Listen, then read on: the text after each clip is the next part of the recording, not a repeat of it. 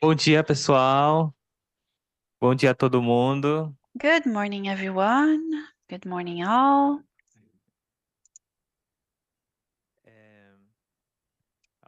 Estamos num dia muito especial aqui e agradeço Today we have a very special day, and I thank you all for coming, despite the early hour, in a space where it's difficult to talk about climate justice. So wherever we find opportunities to talk about this topic, we will hang on to them. And we always say that we speak to ourselves, to each other. And we are doing that here today, but it's also symbolic being here today. This panel is very representative in terms of peripheral communities, Black people, Indigenous people. We'll start with our dear director here, and maybe they can introduce themselves. I'll let Tuane Nascimento, Executive Director of Perifa Connection, introduce herself. A round of applause, please. Hi, everyone. Good morning. My name is Tuane. They call me Tux. It's my nickname. I come from Vila Operária, a favela in the lowlands. I am the director of Perifa Connection. It's this nice name that shows we're trying to move our issues forward. We have this topic of peripheries financing and public policies and how to think about young people fighting for climate justice in the fight against environmental racism. That's our topic today. I'm going to start by talking mostly from the perspective of peripheral communities and youth.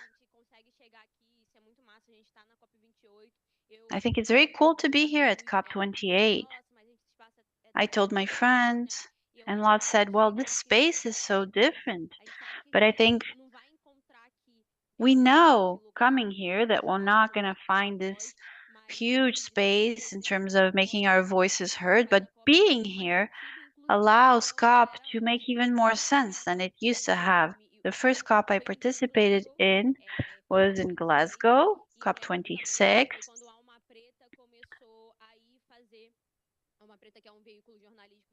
And Alma Preta, a news,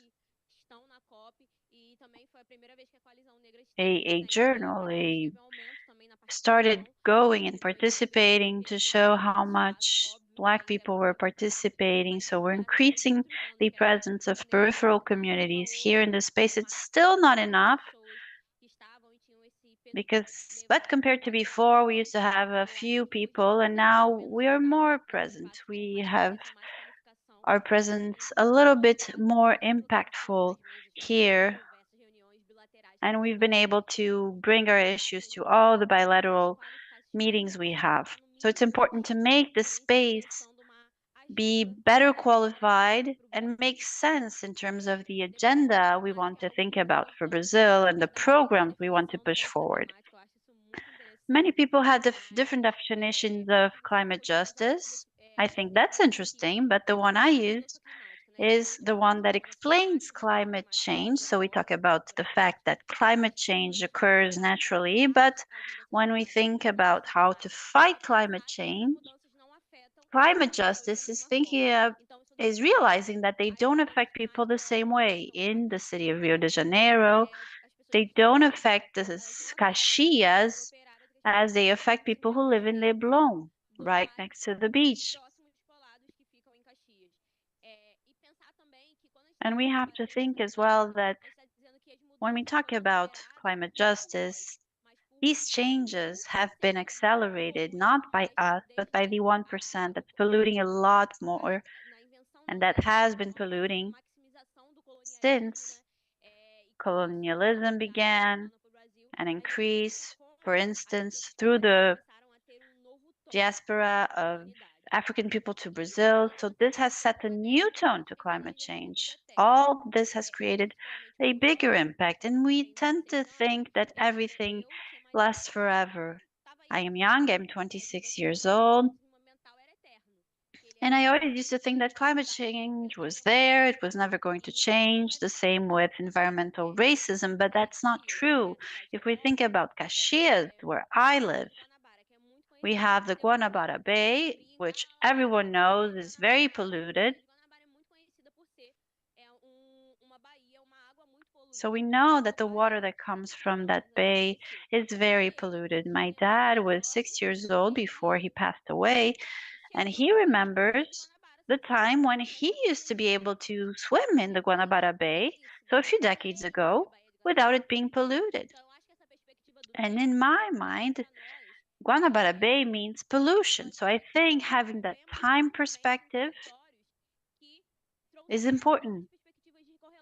Knowing that that land used to look a different way before. We participated in a project in a Puana indigenous community in Acre state. And we spent 1 week there during this project that I participated in. And it was interesting. I have this perspective of an urban person who comes from a favela, and the relationship they had with the river is incredible. The river, we know, is no longer alive. It's not really nature anymore. And afterwards, I went to Jean's house. And next to your house, I think you have this river. And it's maybe halfway through, it's not like my river, which is very polluted, but it's not as clean as the indigenous people's river. So I started thinking about that. In my urban area, everything is underground, there's lack of sanitation, and I was very sad thinking about that, the fact that nature for people who live in urban areas no longer exists. And we talk a lot about the perspective and talking about the future, and I think peripheral communities have to play that role, because for us, a lot of people talk about the end of the world, it's coming, but for us, the world has already ended. We live in this scenario. Every 24 minutes in Brazil, a young person dies. So we've just spent 24 minutes here, and it's precisely the time that it takes for someone to die in Brazil, regardless of the fact that we do not have an official war. So this gives you a sense of the urgency of climate change. A lot of you live with that sense, but for us, peripheral communities in Brazil, this is even faster. That reality of change comes faster to us. Despite the social situation, it doesn't mean that we haven't been able to produce life, to make these territories live. And these territories were given to us. And why do I say given? Well, my dad, he used to live there in the Guanabara Bay, and I was talking to my grandmother, and she said, no, well, when I was very young and your dad was little, we used to go to Guanabara Bay to find some scrap. Lots of things could be found there.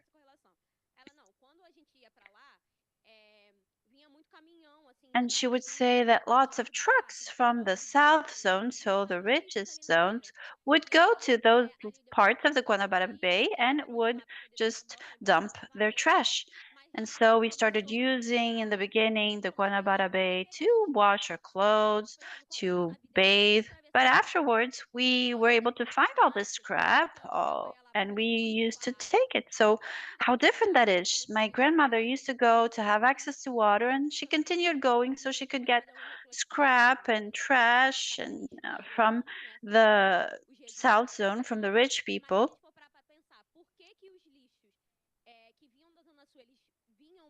And why did they used to take the trash there to the lowlands? Why weren't they thrown out in the Copacabana beach? Well, because there's this idea of a zone of sacrifice. And Caxias was decided and was chosen as a zone of sacrifice. So it's up to them to deal with everyone else's trash, which is why there is a racial aspect and which is why we have to talk about the territory. The territory creates this marginalization as of itself. And in climate change, this is true as well. So, of course, there's waste collection, recycling, all of that happens now. But at the same time, I have to think that I bring in an area that suffers from environmental racism. And right next to us, we have the Gramacho landfill, a very well known landfill. And once again, it was a zone of sacrifice. It was chosen right next to the Guanabara Bay. So we could think about how to throw out all the trash from the Rio de Janeiro city. And they chose Duque de Caxias, which is a city mostly Black people and mostly poor people live there. So the technology, the social technologies, the struggles we need to take care of, it's not ideology. It's really not. It's not because we work in a company that has ESG goals. No, we do this because it's a matter of survival. So I don't want to romanticize it, but I want to emphasize that our fight for climate justice is necessary. Otherwise, we don't survive. We need to think about the 3 Rs: reuse, recycle, etc. Otherwise, we don't have access to any material. We have to fight to access water because literally there is no water that is given to us that arrives in our territory. So we need to use all these social technologies to fight environmental racism. And we're talking about public policy and financing. Let me close here. But first, public policies. What have we done in terms of advocacy? We've let them know that there are many different types of peripheral communities, and because there wasn't any kind of urban planning, we had to organize ourselves according to what was given to us. So every public policy is going to have to adapt to a territory. You can't think about a public policy that doesn't really look at our perspective and at what we have planned for our land. So in the Baixada, in the lowlands, on the outskirts of Rio, they already marked the part, they already know where the water, how high the water is going to go if there is a flood. So they're used to living with that. Their technology is basically marking how high the water will go and making sure they're above that. So in order to advance, you need to work with them because they've already done part of the work to be prepared and more resilient in the case of a flood. So we need to work on that. We need to work on how we have access to resources to be able to put into practice what we've been doing so far without any resources. Young people have time. And it's a mistake on behalf of the government, on the third sector, of not realizing that we have time.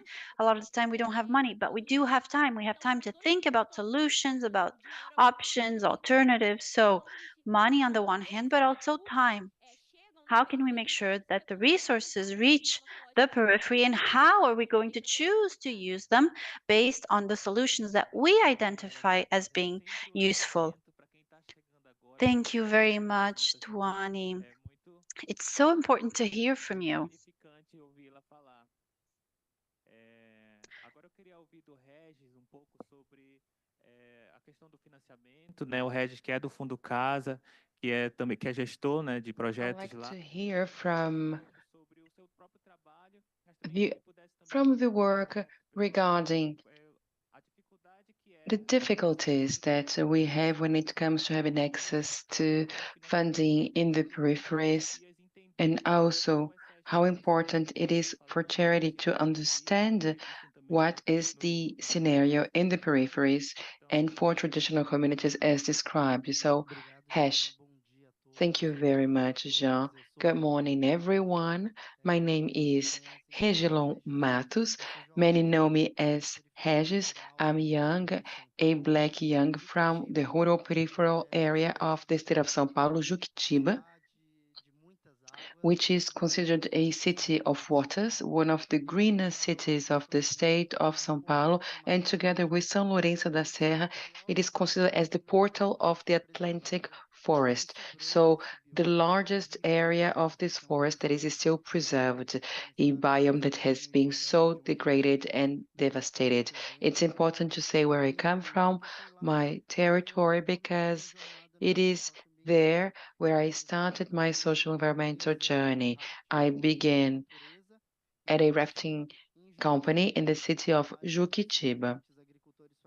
And my father were smallholders, and quite often they had no electricity, no power, no access to public services for 5, 6, 10 days. And our region was flooded oftentimes.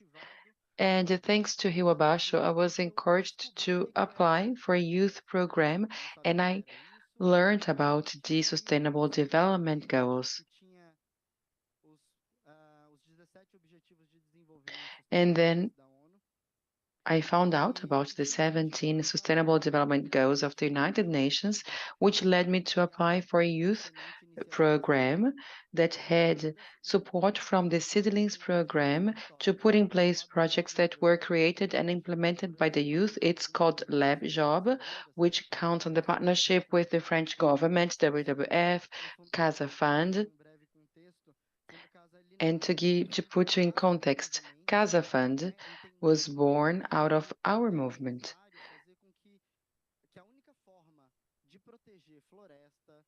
And aware that the only way to protect the cities, the ecosystems, is to transfer funds to the communities that are doing so on the field for thousands of years. But these communities have always been deemed as incapable of managing their own resources, being made invisible for charity, for public policy purposes.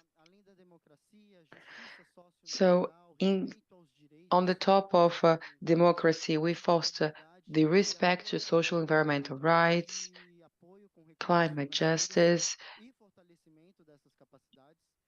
and we also use the funding to do some skill training, and we have two main fronts. One is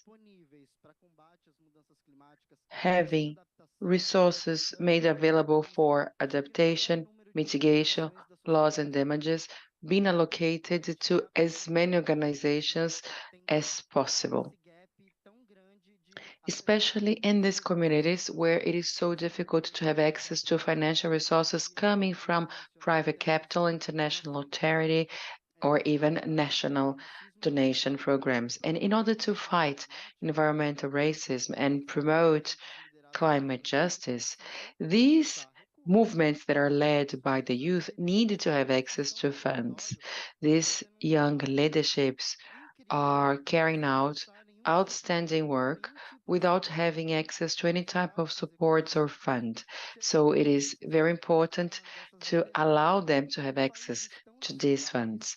In countries of inequality, as the countries in the global south, and here, of course, I'm talking about Brazil, climate issues, social issues, and environmental preservation. These need to be taken into account together.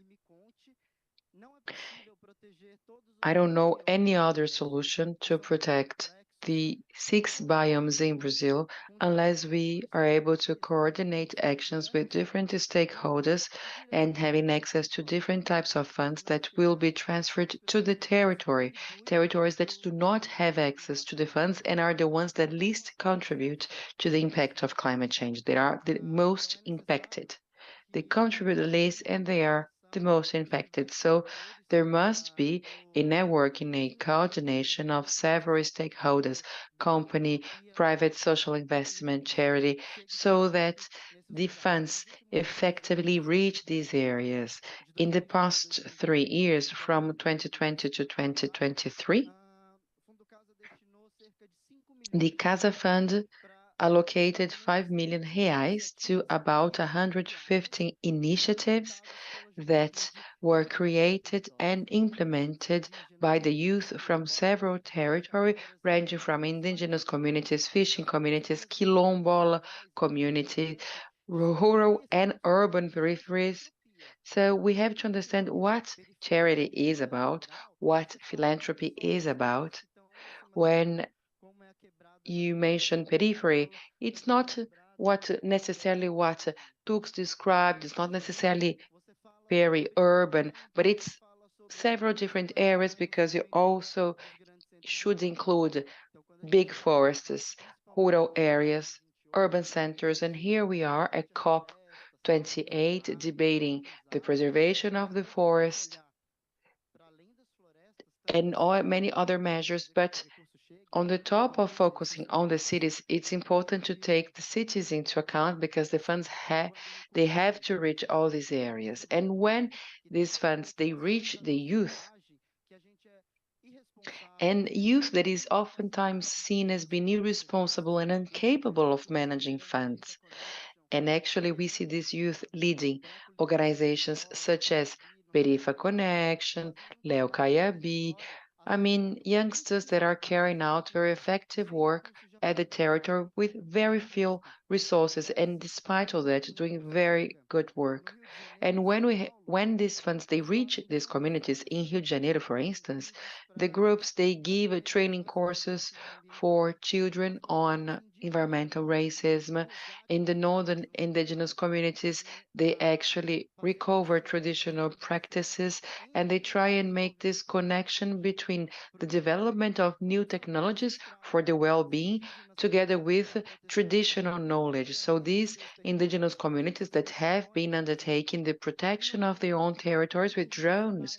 And in Maranhão, you have intergenerational exchanges while respecting the traditional knowledge because here we are in a very diverse panel, a black panel, and I'm so proud to be part of this panel. But that's thanks to people who were here before us. It's not easy for the black youth to be speaking to a diverse audience in the city of Dubai. So it's quite very rewarding to be here to see all this diversity on the panel. And when it comes to climate funding, the funds available for fighting climate change in terms of adaptation, mitigation, and loss and damages, these funds are in the hands of very few structures that are quite heavy. They can raise billions in here, but less than 1% will reach youth communities. According to several studies, these funds that are made available through conferences, and we always hear statements of billions, they do not reach the territories. Do they reach your territory, Jean? Leo? Do they reach your area, your territory? And when they reach, it's so difficult and in a really small quantity. So the funds need to be transferred for the actual forest guardians, the ones living in 6 biomes, not only the Amazon, not only Atlantic forest, not only Cerrado, not only wetlands, not only Pantanal, and not only catching the only biome we have only in Brazil. So it's not easy to protect the biomes and the regions that are very complex because a biome has no frontier. You cannot protect this river who is born in the Amazon and then when it reaches Bolivia, you say bye. No. Of course, we have to protect the integrity of the territories, and it's only possible through the coordination of several stakeholders and organizations that operate in favor of climate justice, environmental justice. In Brazil, we have a network that puts together 18 funds and organizations of charity and social environmental charity that, like Casa Fund, they put together funds from different sources worldwide and allocate them to several communities. We have the fund Elas Mais for gender projects, Baobá for racial environment, the fund Casa Fluminense that allocates funds to the peripheries of Rio de Janeiro. So it is very important to understand these structures because based on what we hear in conferences such as the COP, the funds are available. And we know that in order to have access to these funds, there are certain ways, but why can't you have access? In 2022 only, and this is an interesting data, in 2022, the 16 members of our network Common A donated 192 million reais to base communities in over 2,000 initiatives. So there are ways in our country to allow Tux territory to be included and other territories. There are ways, there are pathways. Casa Fund was not made to operate as a traditional fund, but rather to create mechanisms that would allow funds to be allocated in a more efficient, faster manner, and allowing the communities to use these funds in their own territories. So I'd like to conclude by saying that it is possible to allow these funds to reach the communities. And contrary to what we hear, these communities are capable of managing their own resources and developing their own projects because they are the ones on the field, and having this independence is fundamental. So they needed to be heard. This is not about coming to a territory, putting the money and say, carry out, and in 1 year time, you send me a report. It is important to make a consultation to hear the groups about it. And yesterday, we had a chat with the youth where we tried to understand what are the gaps, what are the bottlenecks when it comes to the youth having access to funds. The institutional development is not easy. It's not easy for these youth to have access to these funds. They work in 5, 6 movements. They carry out their work on a voluntary basis and without any type of compensation. So what I'm trying to say is that there are funds, there are resources. We should have access to them, and it cannot be top to the bottom, but coming from the communities. Thank you. Thank you very much, Regis.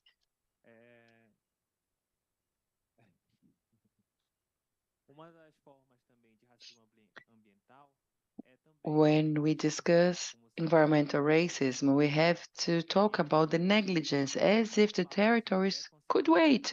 And one of the groups that are very much impacted are the youth, the children. People over 40, they usually do not discuss this type of issues because the youth, they are brave enough to say things, to speak out. So I'd like to invite Natalia. She will talk about these movements of youth and the braveness that they have to speak out. Hello, good morning.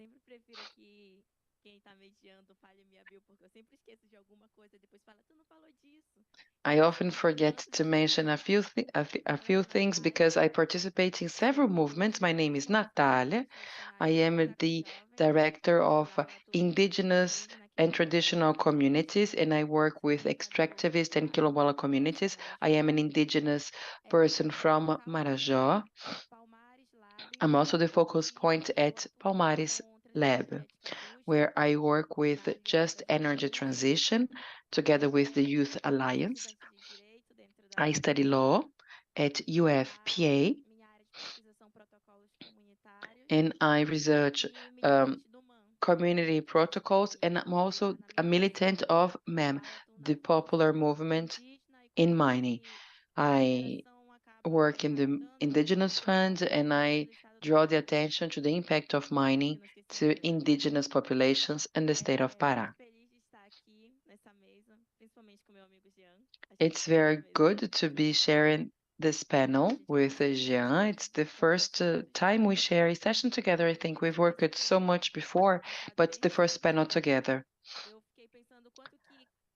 When I was invited for this panel, I thought about how much we had to say, and that this panel won't be enough to exhaust the topic that involves so many people, so many scenarios, so many realities. But when I was reading about the topic of this panel, I realized that the environmental racism is a common topic among all of us because the environmental racism draws our attention to the setting of the spaces and how the funds are distributed, and it allows us to see who effectively can have access to the funds. And we who are here, it's important for us to talk about our reality and how we've managed to have access to funds and how it is for us. It's important for us to be here and to talk about it because without the funds, we're not able to carry out these projects that are in the interest of all. And it's also important to talk about the construction of public policies. Who are they for? And all these topics leads us to climate justice. At COJovem, we have a public policy agenda, and I will try to focus on public policies on my remarks because I believe it's a success case, and also because it was an agenda that was built by us. Public policy agenda and programs for the youth in the state of Pará. This agenda is the result of a survey, a research that collected data, a data that had not been collected by the government. And we collected data such as what is the race of the population in the state of the Pará? What is the age? How do they feel in relation to public policies? Does the population think they have access to income, to culture? So based on this data, we tried to identify the figures, the scenario, so that we could better distribute the needs, therefore having an agenda based on the Sustainable Development Goals that could entail public policies and programs to comply with, to meet these needs. And a milestone we achieved was a public policy for the environment that was implemented at schools and it was based on our agenda. So it was very rewarding. Environmental education is excellent because without it, we cannot have access to this agenda. Yesterday, I was talking with the MP Duda. She's a trans person, and I was asking about her struggle. And I said, well, you hear what is all about. She said, it's wonderful to be here. It's very important to talk about climate justice, but we also have to talk about social justice because it is related to the access the population have to public policies. And of course, that this includes climate. We have to address gender, race, all this scenario. Otherwise, we won't have access to a climate justice without including ourselves. Without panels such as this one, this would never become a reality. I was invited to visit a school in the city of Dubai. I went there, I discussed with the youth, they interviewed me, they asked me questions such as what it's like to be an indigenous person coming to a COP. It's my first international trip. So they asked me, what makes a difference for you, etc. And I told the youth that for the first time we have the largest delegation in a COP, and for the first time this delegation has a lot of indigenous persons. And it's important to say that it is clear that the indigenous peoples and the traditional communities are the one protecting the forest are the one mitigating the impacts, and it's clear that the standing forest is a solution for the climate crisis. However, after 28 COPs, it is the first time we are actually present. And we cannot say that we are actively participating, that we are part of the construction of the agenda, but we are demarcating this area. We are present and we are here to bring solutions. So you see, 28 years after the first COP, we are effectively present in this arena where we discuss environmental issues at the global level, and we have indigenous people participating in a more effective manner. And people wonder why? Why only now?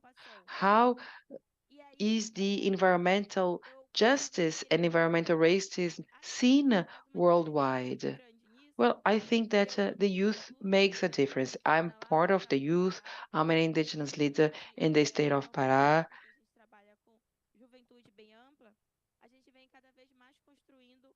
Well,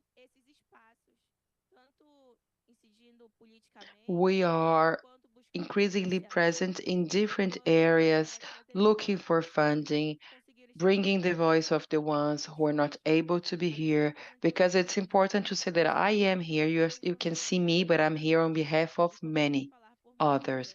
So I'm speaking on behalf of many voices. Sometimes I feel I'm not capable, but I'll try to send you this message. And in the state of Pará, we had a meeting recently with the governor of the state.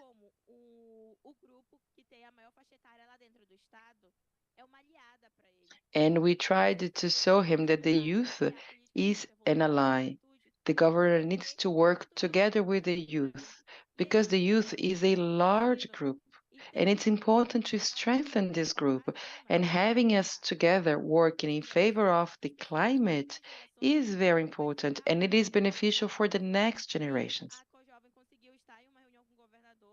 COJovem attended a meeting together with the governor, and we are now trying to work together to contribute to COP30 in Belém. And I'm so happy to be part of this group because, as Tuxi mentioned, we are very much interested, we are available, we want to understand the scenario, but we are also very creative to have access to things that are taken away from us. Here we are at the COP. How is it possible? How we made it? We were very creative. And we went to lots of people. We made very strong advocacy to be able to be here. We are so creative that I can give you one example. Have you ever heard of Cheirinhos do Pará? So at COJovem we created Cheirinhos da Juventude. So we made these aromas according to our needs. And we have one attracting public policies for the youth. We have this one fighting climate change, and one fighting environmental racism.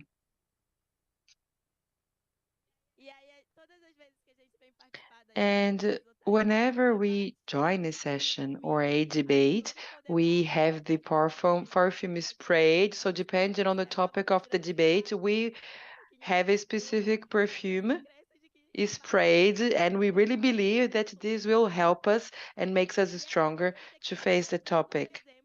So this is one example amid so many others. So we are creative and open to change. We are not doing this for ourselves only, but for many, for our generation and for the next ones to come. And I'd like to conclude by saying that we need climate justice, but not only. We need climate justice for all, and we need equal access. And we need the unequal to have access commensurately to their inequality so that we can have a just access to climate justice. Para dar prosseguimento aqui, eu Thank queria you, Natala. Let's continue, and I will give the floor to Grudi Kayabi, or Leo Kayabi, as he's known. But I want to read his bio because I think it sounds wonderful. He's an indigenous from Xingu in Mato Grosso, and from a very young age, he's been concerned about forests and rivers. Today, he has the role of talking about the importance of his land in preserving nature, since it's in that land that his people finds its food and medicine. He's acted in talks about climate change, environment, and other topics, always following the leadership of Xinguan and taking this to other youth. First of all, good morning, everyone. My name is Etouji Kayabi from the Xingu territory in the state of Mato Grosso. People know me as Leo.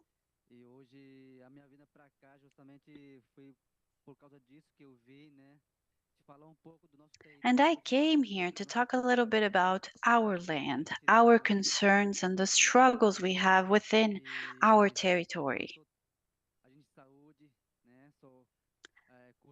I work as a health agent,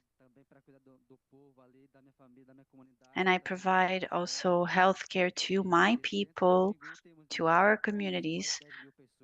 Within the Xingu area, we have almost 10,000 indigenous people who have a common fight, a common struggle, and a common story. I try to bring this story, the story of my people and of my youth. A lot of the youth now have the ability to speak in public. There's young people that decided to discuss their land, their culture in a different way. So they've become musicians to talk about their territory. Today, we have indigenous people who are rappers and they sing about their land, the importance of the territory, the rivers, the fish, and what lies within that territory, which needs to be preserved so that those who come to study what we're doing can understand our traditional culture, our traditional medicine. There are parts of nature which we need to have in order to be able to care for each other, to care for our children. A lot of children today are cared for by the oldest in our communities, and I've gotten to know more about the story of my people. I'm part of two peoples, Kayabi as well as Yuja. Yuja is also known as Juran. It's from the state of Mato Grosso. And when I come, well, this is my first international trip, and I think if I had known that these fora exist, I would have participated in other COPs. So it's a new experience for me as a young person who represents my community, who represents the Xingu peoples. We have created our own hub and we discuss the issues that concern our territory. We defend our territory. We travel whenever possible across lands to see how things are going. We have conferences about waste, about how to protect it. This is how I've been working so far. Wherever I go, if I see waste or trash in the river, then I take it back with me. I bring it home and then I find a way to dispose of it correctly.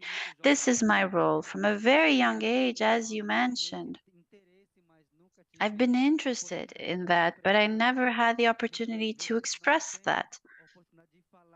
A lot of the time we have no voice amongst older leaders. It's hard to find a place. Sometimes they don't give us that place. But now, as young people, we've come together and we are letting everyone know that we have our voice. Our voice as youth needs to be heard. So young people want opportunities. We want the opportunity to have a voice within our own territory, but also outside. And today I'm here to represent these youth here at COP, and it's an honor being here talking about myself, but not just myself, all the indigenous peoples of Brazil. As my father said, whilst I'm alive, I am here to defend whoever is alive, not just indigenous peoples, but everyone who defends nature. This is what we do today.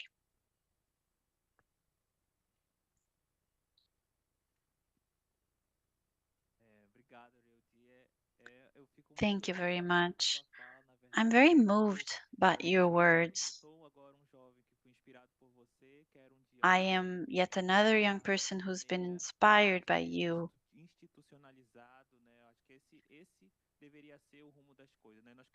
I think this is how we need to be able to speak. We have created institutions to try and do things the way capitalism does them or colonialism does them. But I one day hope that I can speak as you do, as just another being on this planet and not having all the labels that we need to put on ourselves, on each other, to be able to be present in these places. We are seeing worldwide a harmonization of cultures as if there is only one way of being. And in the peripheries, a lot has been lost, not just rivers. Rivers and cities are suffering violence. We are suffering violence when we're forced to migrate. And whenever these changes are pushed upon us, then part of our memory is lost, part of our culture is lost, part of our identity is lost, and we have to go back to fighting for the basics: sanitation, education, lighting, being able to live on the outskirts of these urban areas, in the peripheries, where basically you find people who have migrated from the northeast or from the inland. And I'm just saying all of this to be able to bring us to the next panelist. Deco is a teacher, a young person from Marajó. And yesterday he gave us a lesson about the idea of identity and the fact that you don't reconstruct it, it's dormant. So, all the solutions that we have within us that come from our ancestors, they're also dormant within us. We're not building anything, we're not creating anything, we're just honoring our ancestors. So, having said that, I call you Deco.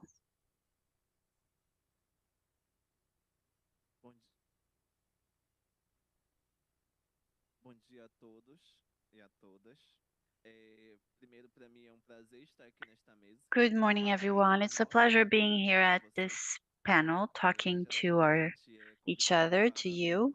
Usually we're invited to listen, but today we have this panel and we have a beautiful panel of Black people, of traditional communities. My name is Deco Souza. I am a Quilombola from the Quilombola community of Deus Me Ajude in the island of Marajó in the state of Pará in Brazil.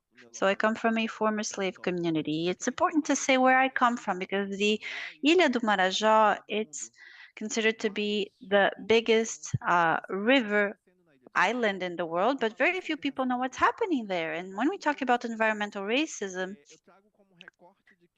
we touch precisely on what's happening. So environmental racism is structural racism. It's coming from the fact that there is structural racism. It goes through class prejudice and through racism itself, and it reaches peripheral communities, peripheral populations, those who are in the rural areas, the traditional communities who are far away from the urban areas or who are in urban areas but are made invisible. For people who live in Belém today, you have no place to build a landfill, a sanitary landfill. So they want to place the landfill on top of a quilombola community. And why? Why did they choose a quilombola community? Because in this community you only have black people who are poor, who live in the peripheries in a rural area. So this is environmental racism at its core. And for us, for those of us who live in these territories, we have been working and preserving the environment in those areas. We are responsible for keeping our forests, our rivers, our biomes alive in these lands. However, we are made invisible, and resources do not reach us, as my colleagues have said. There are lots of projects that we can develop. We should have access to resources, but we don't. I come from a municipality in the state of Pará, and my state network for quilombola associations, we have more than 60 quilombola communities or associations in the state of Pará. We have CONAC, which is our national coordination for quilombola communities. So we have all that. However, quilombola communities, very few of them have access to resources to be able to work on the environment, on projects in their land. A lot of the time we do not have access to funding. I have founded a youth group called A Bio Me. It's this doll, this cloth doll that you see on her shirt. So this was a doll that was used when slaves were being taken to Brazil or other places. They would travel and bring with them these dolls that were made out of their own clothing to give to their relatives. So this is the first time I am able to speak here and participate to represent my communities. Our communities don't know these spaces, the COPs, not because we're not interested in participating, because a lot of the time we're not invited to participate in these spaces. A lot of the time they tell us that this space isn't for us, it's for others. But the decision-making space or it has to be accessible to us because we are the ones who live in the Amazon. So you should be listening to us. We need to be heard.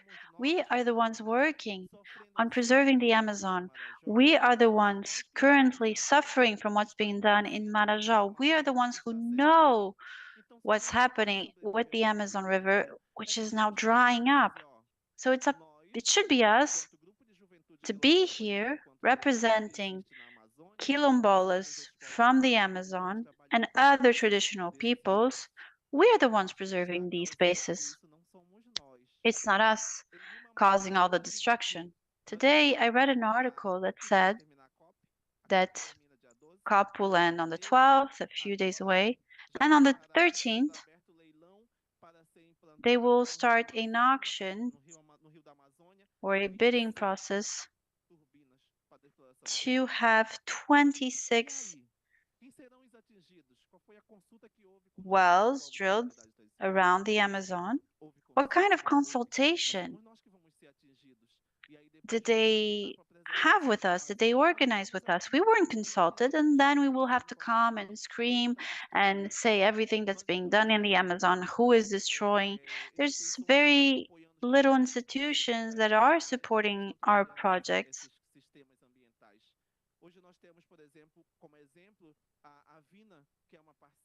Today we have Avina, a partner of ours in the state of Pará and in the island of Marajó, that has a project to work on our own backyards. Our own backyards are dying, they're drying up, and we see all these plants that have been for so long resistant, and now they're just drying up. We are suffering with severe drought, not just in the Marajó Island, but other areas. So this is lives that are being lost. As Ailton Krenak says, as human beings, we think that we are the only ones that have a life, but we all have a life. We need to be aware of our role in preserving others. Because if others are dying next to us, then soon enough our turn will come and we are dying. We're dying because of environmental racism, because of the fact that they don't listen to us. We don't want them to give us a voice.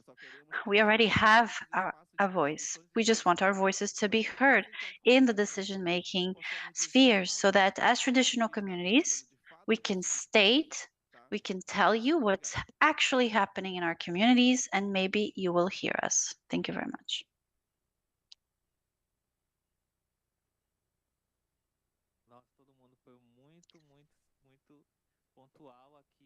So you really were perfect in terms of your comments and in terms of time as well. I think we have 3 minutes.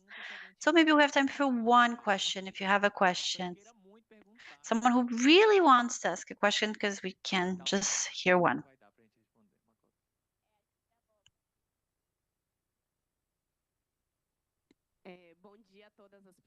Good morning, everyone.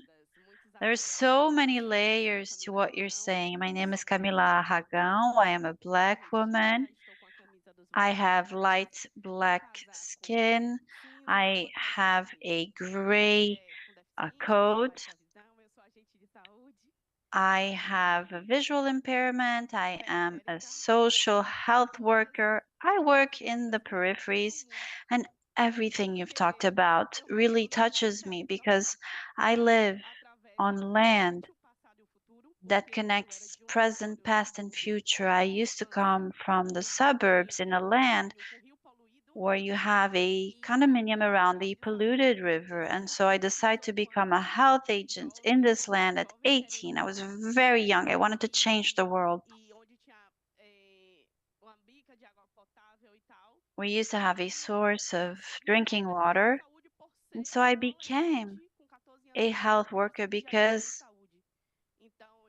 at 14, I was already working to help them, the health workers. So I became a militant because I wanted to make their work more effective. At 25, in a condominium of social housing in a protection area that's surrounded by landfill with lots of quilombola regions, occupations, and there's a river. This land still wasn't polluted, and it's still not at that time. So I see myself there in the past, and I see all overlapping. I do this work with the waste collectors, waste pickers. I couldn't understand how you can conceive the idea of creating a condominium for social housing where you're not providing the basics. There is no sanitation.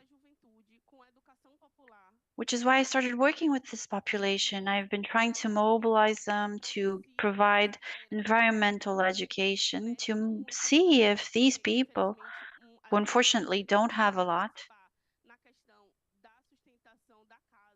since sometimes they have time, but sometimes they don't. They have to start working at a very early age, but maybe providing some kind of incentives so that they can start working and making sure that our condominium is sustainable. And I find the problem of lack of funding. Of course, we have this beautiful project.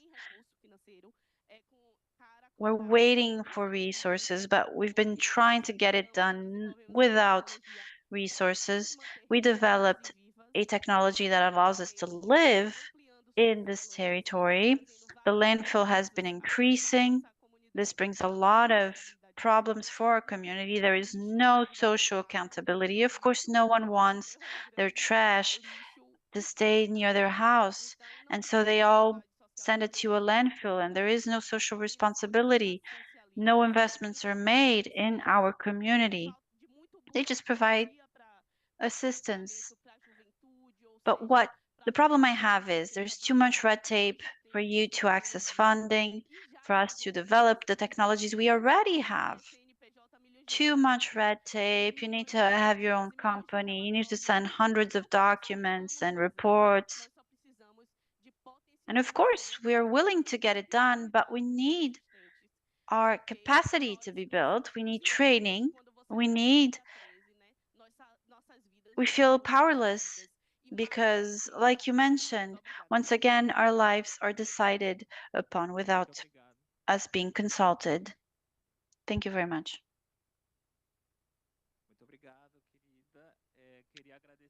Thank you. I wanted to thank all of you. Thank you for being here at an early hour. The idea was to have a big audience, but I think little by little we'll be able to make our voices heard. Because in the past we didn't even used to have these people here, and now we're here, so we need to grow little by little. You started saying that you have a visual impairment, which is to prove that you can only speak if you've gone through it. It's only the people who are at the margins, who are in the outskirts, are able to have a perspective. And that's why a lot of the time it's women who are able to have that vision, that perspective. They're able to see who is standing next to them, who doesn't have access to rights, to representation, what's lacking. So thank you very much for all of you and all your efforts to ensure that you would be here, that we would have this panel. Thank you very much to all of you. Léo Kayabi, people from Xingu that he represents. Thank you very much, everyone. We need you next to us as our allies. We need more of you with us. Thank you very much.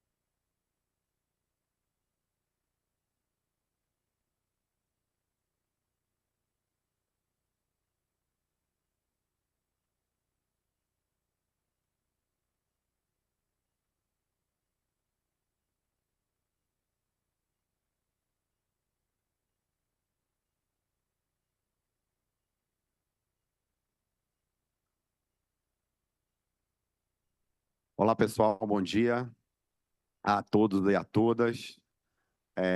Convocando aí o pessoal que está no café. Hello, everyone. Please take your seats. We are about to start. And we are going to discuss territorial and environmental management of quilombola areas as climate justice and the access to rights.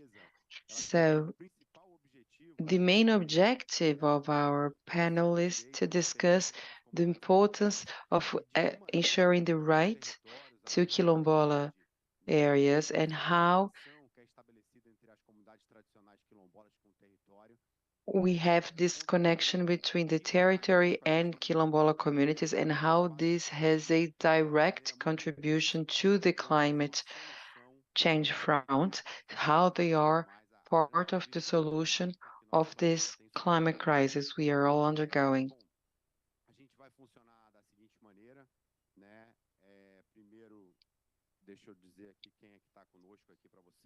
So let me introduce our panelists. I will make some introduction remarks to present the topic. Then we're going to hear from our panelists, and they have 5 minutes each for their remarks. And after hearing them, we're going to have a question and answer session. And I hope you can be brief and concise so that we can have as many questions as possible. So here I have my sister Paula Balduino, Director of Policies for Quilombola Population and Romani Population from the Ministry of Racial Equality.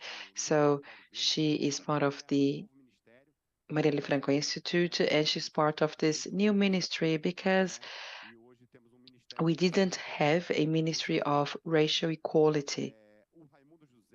We are also going to hear from Raimundo José. He's the founder of TV Quilombo Rampa project, and also we have Cristina Quilombola from the National Coordination of CONAC. She's a Quilombola leader from Quilombo Caetanos in the state of Ceará. Acompanhados nessa mesa, tá certo? So we have a beautiful panel ahead of us. And in my introduction, I would like to say that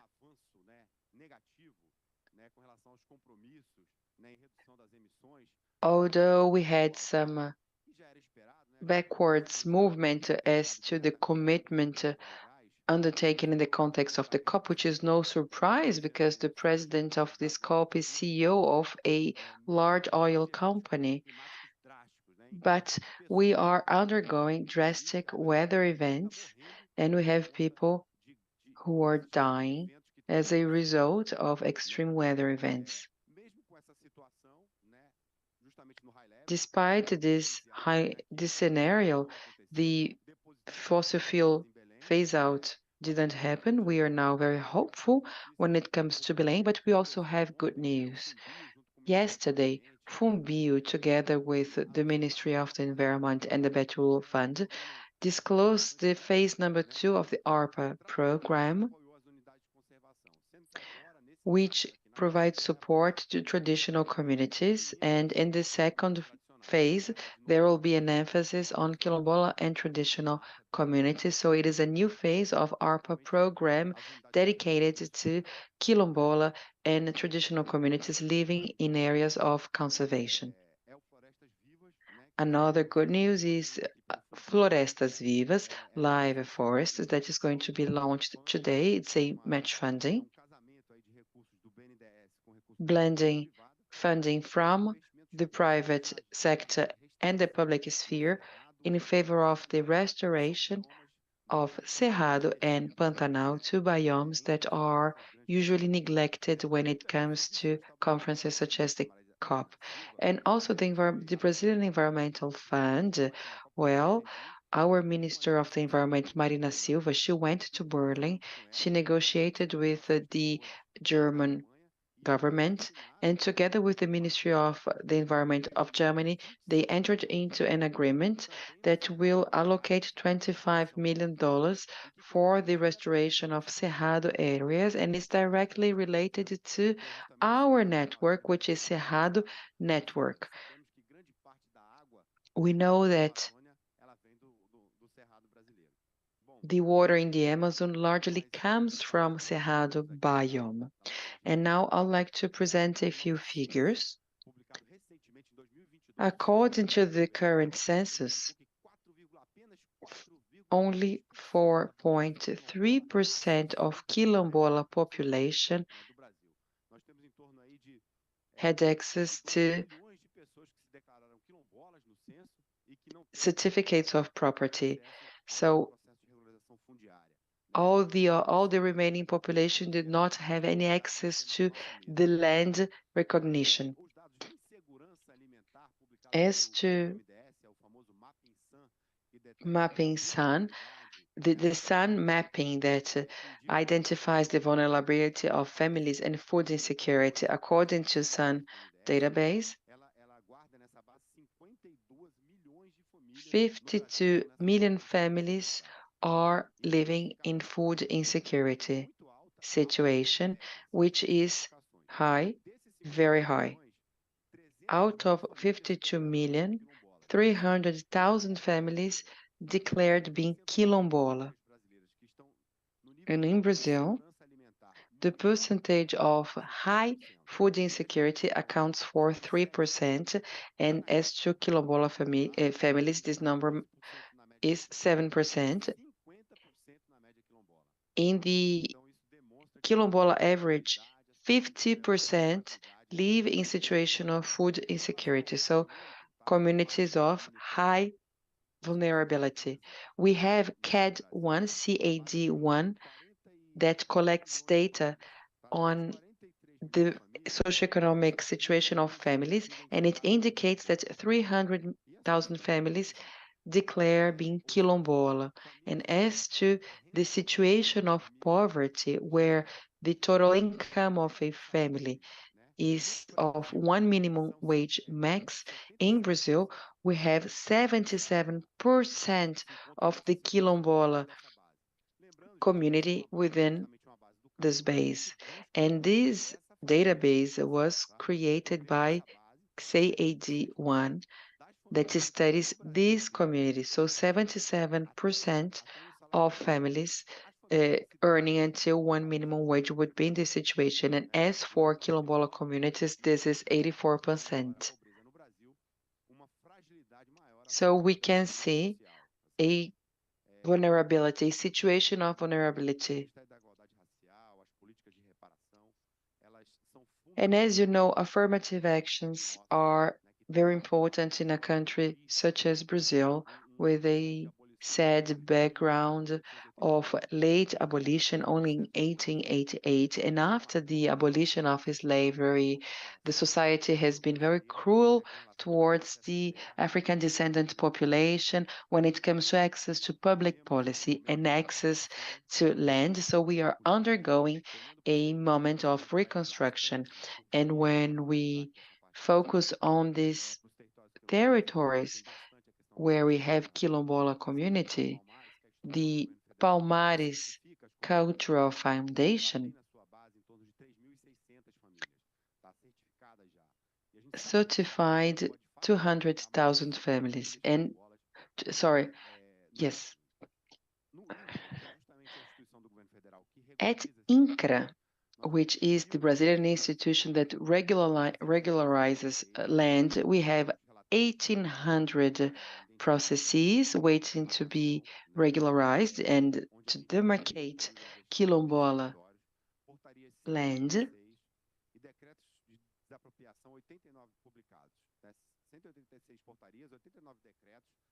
We have 186 degrees, 51 areas that have been granted their property rights only. This is very little.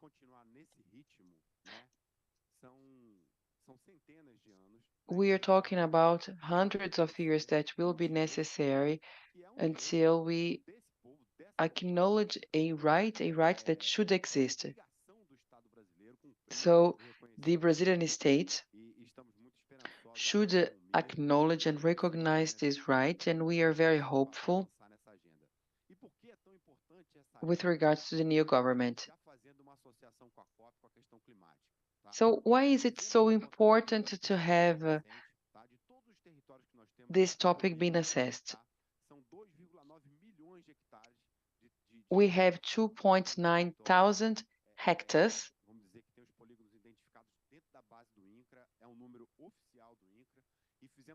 This is an official figure. And we did a partnership with the Ministry of Technology and Science that maps deforestation in Brazil. So we used the PRODIS database and we identified that 2.4% of quilombola territories are deforested. So very low figure, which shows based on science and evidence that these communities are part of the solution and not part of the problem when it comes to tackling climate change. And of course, that we also have the cultural aspects when it comes to the music, the culture, the power of the African descendant communities. And we are here to occupy this space. I'm very proud to be here, and now I'd like to give the floor to you.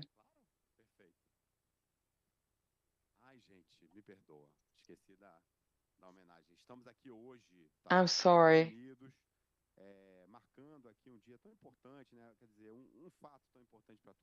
We are here to talk about a very important moment. We had our dear brother Antônio Bispo dos Santos, who left us recently. I hope he is in the lands of Aruanda. Our very dear Negro Bispo, that was an example, a, a very wise man, and I hope that he can illuminate our work. And I hope that all beings can also be with him. And having said that, I would like to give the floor to my very dear brother.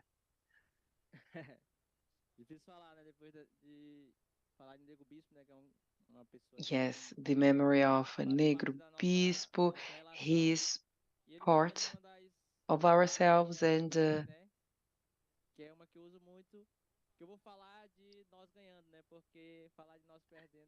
he always highlighted our milestones and successes. I was very honored because I met him personally. And he always touched upon the connection that we have, the ancestrality, that is something that is also material. The ancestrality is alive. So, in his honor, I'd like to start my speech and to ask for a round of applause for him.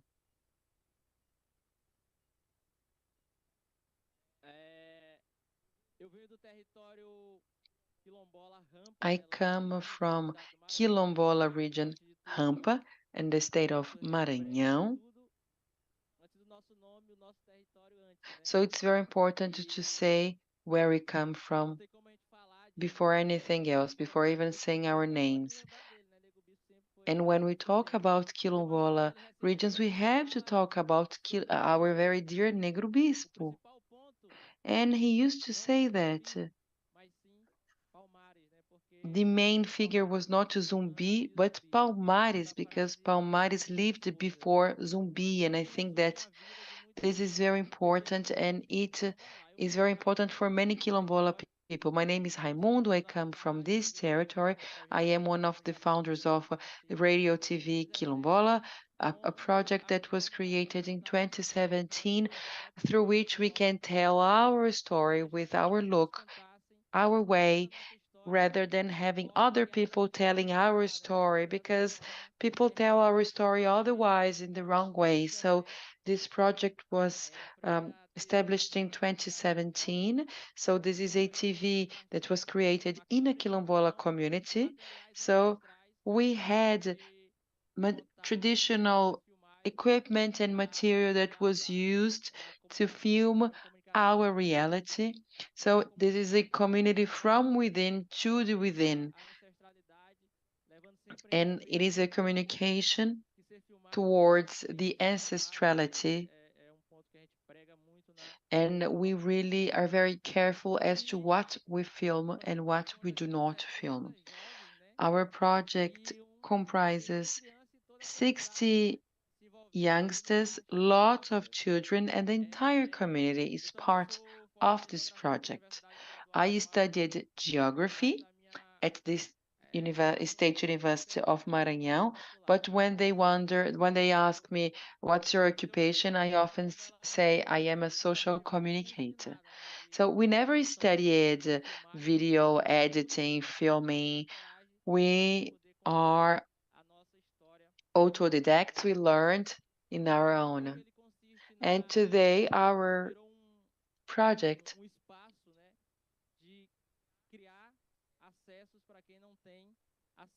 creates and gives access to the ones who do not have access. So anyone willing to join our project can choose and decide what he or she wants to do. So if someone has a dream and wants to do something in our project, we are very much open. Because you see, you have this structural racism in Brazil, so it hampers people from pursuing their dreams. And today we are also discussing the environmental racism. So for a very long time, communities have been evicted from equitable education. So the urban areas have access to this education, but quite often the communities are not granted with this access. So when I joined the university to study geography, I wasn't aware of so many things people had already learned. But anyway, we kept on going, and today we fight for equitable education so that we can have access to the same content, to the same infrastructure in our communities. Because until today, we have communities without access to internet, for instance, to good quality education. And our project, Quilombo TV, of course, fights for the climate. We show our culture, our tradition, people who have contributed to the community, active tools in the fight against environmental racism. We communicate on the importance of keep the forest standing. And we also draw the attention to other types of racism, such as the digital racism. Sometimes we have very urgent matters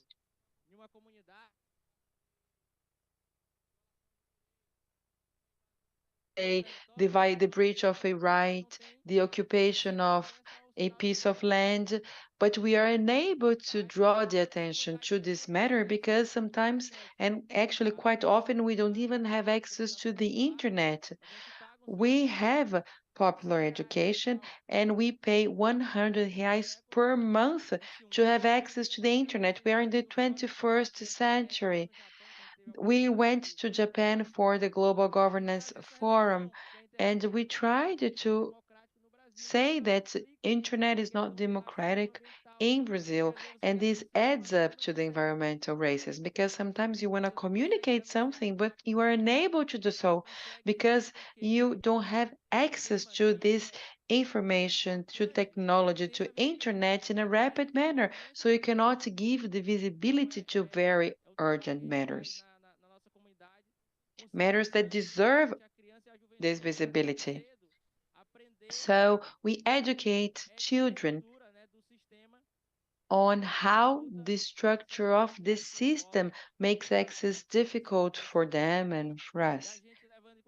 So in this sense, we work with children by saying that the plastic is not something that we seed and not something that we cultivate. We learn children to hate plastic as of the early ages.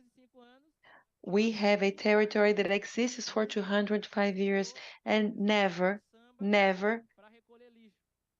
we had waste treatment. We never had garbage collectors coming to our area. Never in our lives we got a truck for garbage collection coming to our area. We have 12 small communities that got together to demarcate the area against the invaders. And in no community we had waste treatment facilities, or we had a truck that came to collect our trash, our waste. So then we discuss environmental racism and other types of racism. You know, we never discuss what the communities do to treat their own waste and also to have access to so many things. The community sometimes they need to have access to food, to a supermarket, and we buy something that comes in a plastic bag. So what do we do with this plastic bag? There is no waste treatment, waste disposal facility. So we teach children on how to hate plastic. So if they see plastic on the ground, on the floor, we teach them they should collect it. They must learn that this is evil for the environment. And once we collect this plastic, what do we do with this plastic, with this plastic bag? It is a cruel system because we are part of this process and we have to choose what is least negative. If we ground, it's bad. If we burn, incinerate, it is negative. So we need a public policy for this. You know, it, it, it might sound a simple problem to solve for the national treasury, but it's a real struggle that we have. So we try to attract attention to this problem that we face, such as waste collection in a community. It doesn't cost much to the public sphere, to the public power, but we don't know what to do with our own waste, with the waste produced by the community. This is environmental racism. I don't know if I still have time, but you see, this is a very important issue, and we are now discussing the deforestation of Cerrado biome that is under threat of the agribusiness. I am in the biome of the state of the Amazon of Cerrado, and when we talk about fighting environmental racism and climate change, we have to talk about the protection of our quilombola and indigenous areas because we are at the forefront preserving the forest and preserving the hope of better days when it comes to the environment.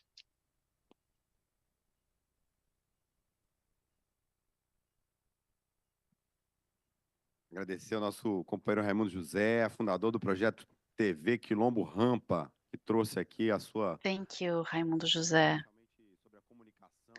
founder of TV Quilombo Rampa, who brought us the idea that this was created for activism purposes. We'd like to say that Ronaldo Campinho is here with us. Welcome, Ronaldo.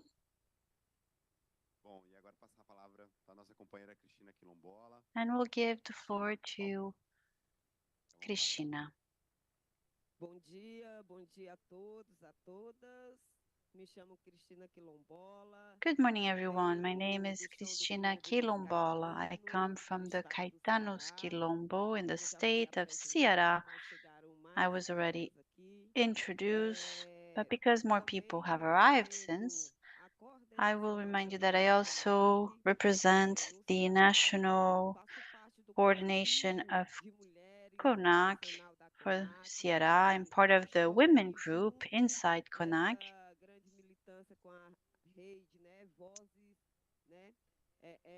And we work alongside with the Black Voices for the Climate Network. And I think it is my ancestors who have led me to be here today. It was supposed to be someone else, but if a mission is handed to us, then we will fulfill it. So thank you for the time, for the opportunity. Thank you, fellow panelists. And first I want to say that there is no climate change or climate justice without us. This is the reality of it. We need to have a dialogue with the communities, especially the Quilombola communities.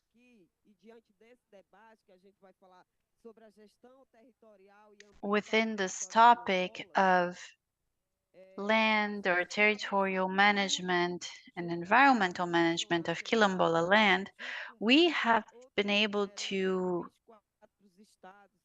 work very hard and with other organizations about how to set up a national plan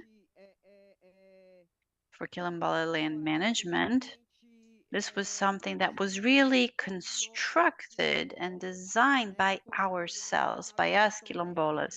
It's the National Plan for Land and Environmental Management of Quilombola communities, and in it we state our principles, our conditions, what we need to work on in our territories, but this is based on our own perspective, so we ensure that we are defending our territory and protecting it.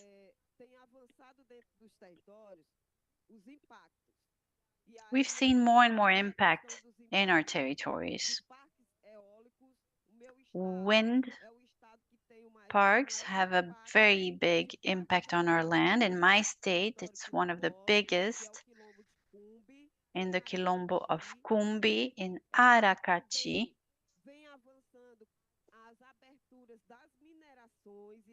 Also, they've been opening up for mining. It impacts not only our territory, but it also impacts other peoples and other traditional communities, such as the Roma communities, our indigenous peoples who live in the terreiros. They've been talking about a just transition, but for us it's not. It's not just, because increasing mining, installing wind parks, this has a direct impact on the population in these territories.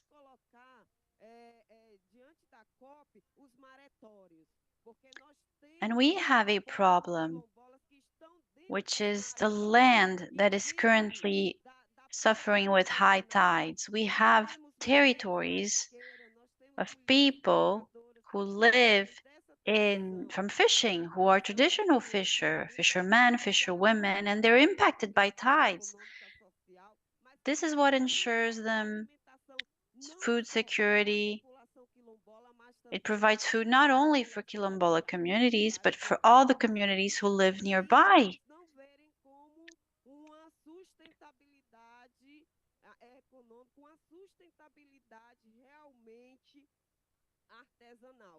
They don't perceive their fishing activities as something that is sustainable and that's necessary for their own food security. So we've been suffering in these tide impacted territories. To talk a little bit about our state, we currently have 34 processes to be able to have ownership of our land. We don't even like to mention the previous administration and how horrible it was, but the processes we had to file,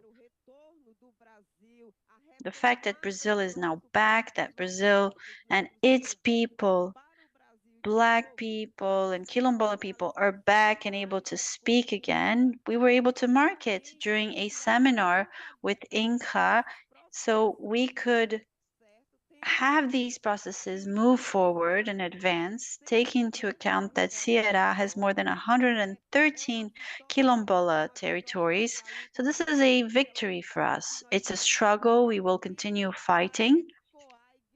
And we are here to make our voices heard, to actually scream out loud and call for justice. We don't want the justice that's being forced upon us. We want justice to be democratic, to ensure that Black people and Quilombola people's bodies will be able to remain within their territory and live, have the perspective of a defense for life. Because as we fight to defend territory, to defend the environment, to defend Mother Nature, our land, and our right to that land, lots of our own people have fallen, have died, have been killed. We no longer want that to happen. We want our right to stay in our land.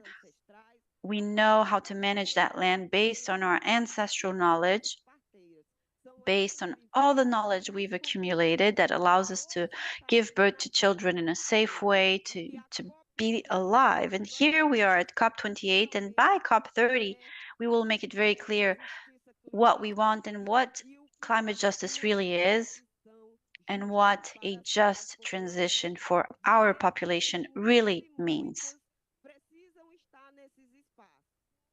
Many of us have to be here, filling these places. We need to give more room to people who come from terreiros, people who have African, who have religions of African origin. This is not justice. This is racism, not having them here.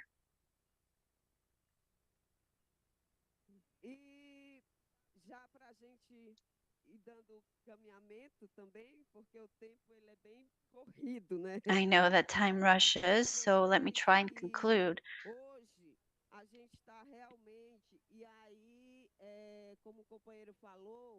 As was said by my fellow panelists, Nego Bispo has left with us, or with him, has left in us this idea of struggle, of the path we need to follow. But I just want to emphasize there is no climate justice if we don't have ownership of our land. And just to close, I talked about the wind parks, I talked about mining, but in the state of Ceará, we've also been able to get the youth together. We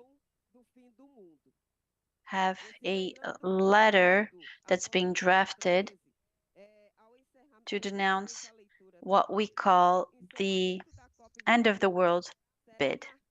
At the end of COP28, we will have this big auction by the National Oil Agency, which intends to distribute 60 new exploration areas, including 21 blocks in the basin of the Amazon River, going all the way from the central zone of the Amazon state to Pará, and half of them are located in an area that will impact 20 indigenous peoples directly. At least 15 conservation units will be impacted, including areas that are used by Quilombola communities and that have been demarcated. And the blocks in the Amazon concern us mostly because of the need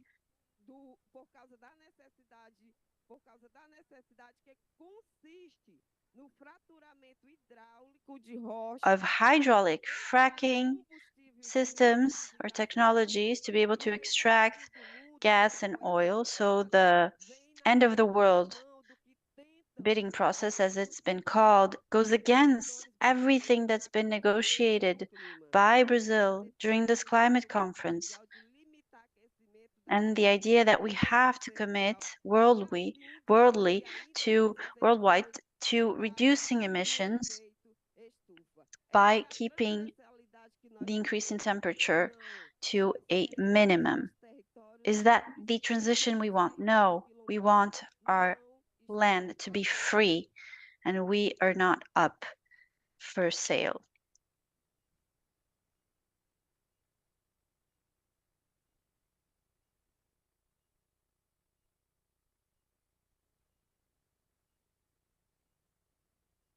Companheira Cristina, realmente eu tenho fé que foram os orixás que lhe trouxeram para você trazer para a gente essa Thank you, mensagem. Christina. I'm sure that it was the Orishas, our spirits, that brought you here to be able to share your words with us. I think your words fill us with a lot of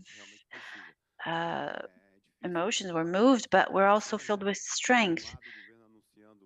There's contradiction, of course. On the one hand, the government tries to announce projects that defend our struggle, but on the other hand, you have some sectors that turn their back on climate, on environmental aspects, and then try and advance with projects that contribute to the increase of world temperatures and all the other problems we've seen as a result. So you mentioned our national management policy for Quilombola territories. I was working in the Ministry of the Environment back in 2015 when we started this process. And thankfully, with Aniele, Ronaldo, and Paulo, we are able to resume this policy. On the 20th, we published a decree.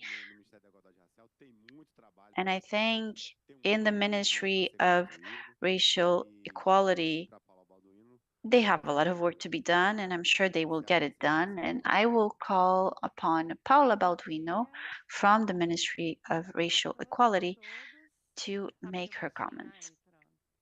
Good morning, everyone. I'd like to thank you for the opportunity of being here, sitting next to these very powerful people, Cristina, Raimundo, and also Pedro Bruzzi. I'd like to greet Selma, Johnny, partners in this struggle, and Ronaldo, National Secretary for Policies for Quilombola communities, Roma communities. My name is Paula Balduino. I'm Director of Policy for Quilombola and Roma communities within the ministry. I am a professor. I come from the Cerrado biome, and I want to share with you that vision of public policy, public management on this topic. How do we perceive quilombolas, and how are they linked to the climate agenda? What kind of actions are we developing within the Brazilian government to strengthen this agenda, more specifically to defend quilombola communities and their issues?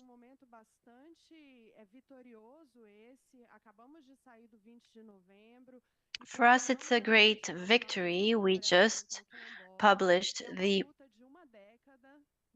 territorial management plan for Quilombola community. This has been a decade-long struggle, and we were successful. We are honored to see that we were able to publish the policy as a result. But we see it just the beginning of our work. Now we will be able to go straight to work in practice on the field, have it reach the almost 6,000 quilombola communities we have spread out throughout Brazil. This is a policy that will look at all quilombola communities. It's for all of them, and we have a specific look at the communities that have ownership. We know there still aren't very many. The number is still too small compared to all the communities that really exist. But we think it's important for the state to continue acting on these quilombola communities. It takes so long for them to be able to have ownership. It seems like once they have ownership, then it's okay. The state has done its part, but we don't think it should be that way.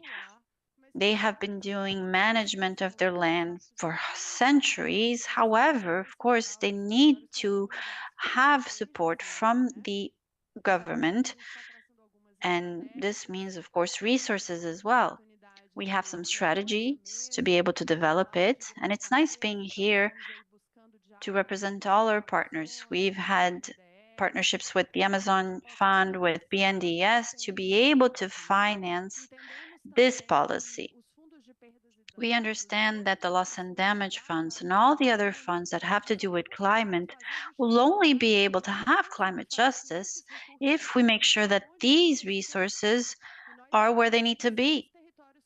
And we believe that to be the Quilombola land, because Quilombola people, as indigenous peoples, are the ones who have made the world this way in terms of conservation of nature, diversity, because of the Quilombola management of their land, forests, rivers, animals, plants, they manage it very well. So climate justice needs to be effective, and we need to ensure that they have access to their own, to these resources. Of course,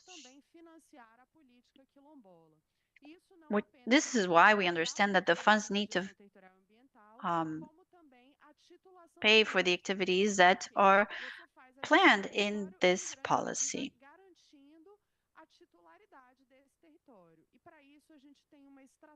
We have a strategy to ensure people have the right to ownership. We've developed this in relationship with INCRA, the Minister of Social Development, as well as other bodies. We want to create a project where we're able to help these territories have their titles, have ownership and land tenure settled. And we know this is very important because the Brazilian state for 20 years has had a very well-defined mandate of providing or granting title deeds to these Quilombola communities, but it still hasn't done very much. There's too much to be done, and a lot of the time the state doesn't know where to start. So the plan is about establishing quantitative targets, qualitative targets, financial targets, so we can advance in all the steps of granting of title deeds, all the way from the beginning of the process to the end. And we are studying ways to make sure that external resources can improve and can support the granting of title deeds for Quilombola territories. Pedro mentioned another aspect, which is the food insecurity problem for a lot of Quilombola communities in Brazil. Through the Aquilomba Brazil Managing Board, we are trying to set an action plan, which is precisely to work on food sovereignty. Aquilomba Brazil also has the mission of connecting all the government institutions to ensure that health, education, social assistance, pensions, and cultural policies, all of them reach the Quilombola communities. So we hope to start in March of next year with the launch of the project Aquilomba Brazil, and it will be very important to have all of you involved, Quilombola communities, civil societies, to build this plan and to monitor it. We are now planning it, but then we will have to be monitoring the fulfillment of all the targets and activities the government is committing to ensure that public policies exist within Quilombola communities. I'd also like to make a reference to Nego Bispo. He is a person of great inspiration. He has left an important legacy, and it feeds what we do every single day. I am very much inspired in the concept of confluence or convergence, the water of rivers and the sea that flow together but do not mix. They just flow alongside so that they can each reach their own destination. And it's an honor being here, working alongside every single one of you, Cristina, Raimundo, Ronaldo, so we can advance and the Brazilian state can finally have public policies be present in Brazilian Quilombola communities as is their right. Obrigado, Paula. Thank you, Paula. Enfim, sabedoria, né? O mestre Wisdom. traz uma mensagem de muita sabedoria, e o que realmente é o que a gente precisa, né? Negro Bispo conveyed messages of wisdom, and it's very important to hear from our ancestors, the wise who preceded us. Negligenciados, né? E que é o que a gente realmente precisa é ter pouco de humildade. We must be humble and see See where our value lies as a nation, and this agenda is a priority for us at Fundatura, and we're gonna go hand in hand with you. And I would like to acknowledge the presence of our coordinator, Lourdes, from the northern area of the state of the Minas Gerais. It is her first COP, the first COP of our executive secretary as well, Ingrid.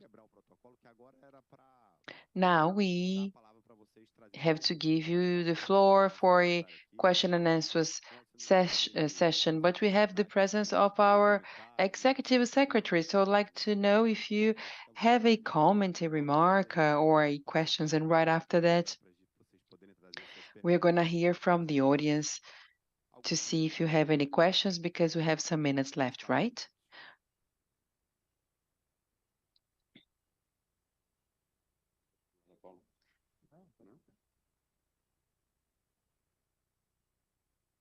Olá, pessoal. Bom dia. Hello, everyone. Good morning. I was not prepared to speak, but of course, I'm very happy to accept your invitation.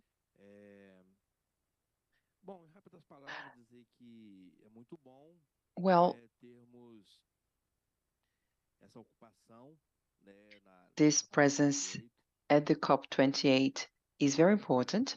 Our presence here, we can see and hear different debates, and it's fundamental to further discuss the Cerrado biome and also it's important to discuss the area surrounding the Amazon. This type of debate is of utter importance, and the climate issue should entail all the biomes that we have in Brazil, the set of biomes that actually ensure the very survival of the Amazon. The experts recognize the importance of the Cerrado biome for the conservation of the climate.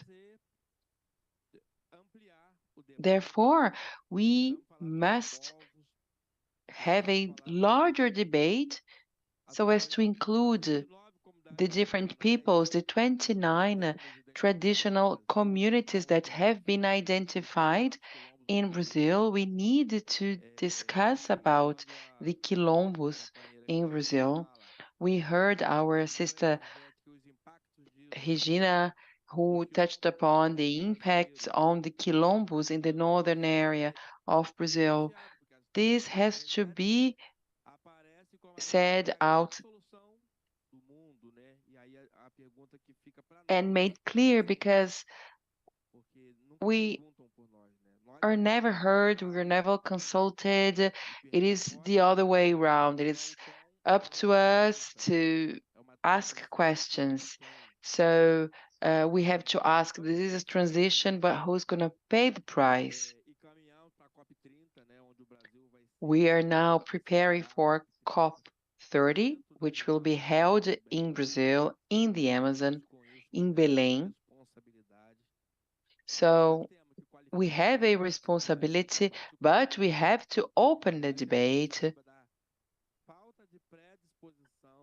We know there is a willingness from many global leaders to do their share. The same goes for the corporation, but our role is to denounce, to claim, to demand, to report. And this session is about this. That's what I expect from the COP. This is an entire universe, and this is just a part of this a cell, which is also very important for the transformation of the planet, and we are very important too. Thank you very much, and let's hear the questions now.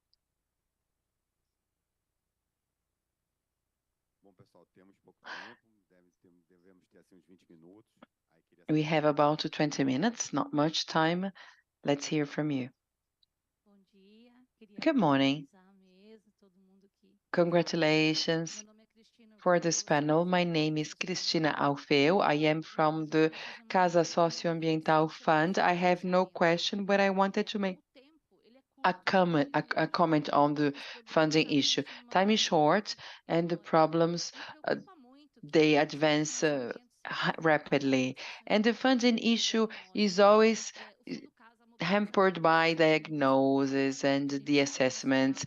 We provide funds, mostly international funds, that are directly transferred to local communities. We give a priority to local and traditional communities that democratize the access to financial resources on the top of other funds as well, such as SPN, Baobab Fund.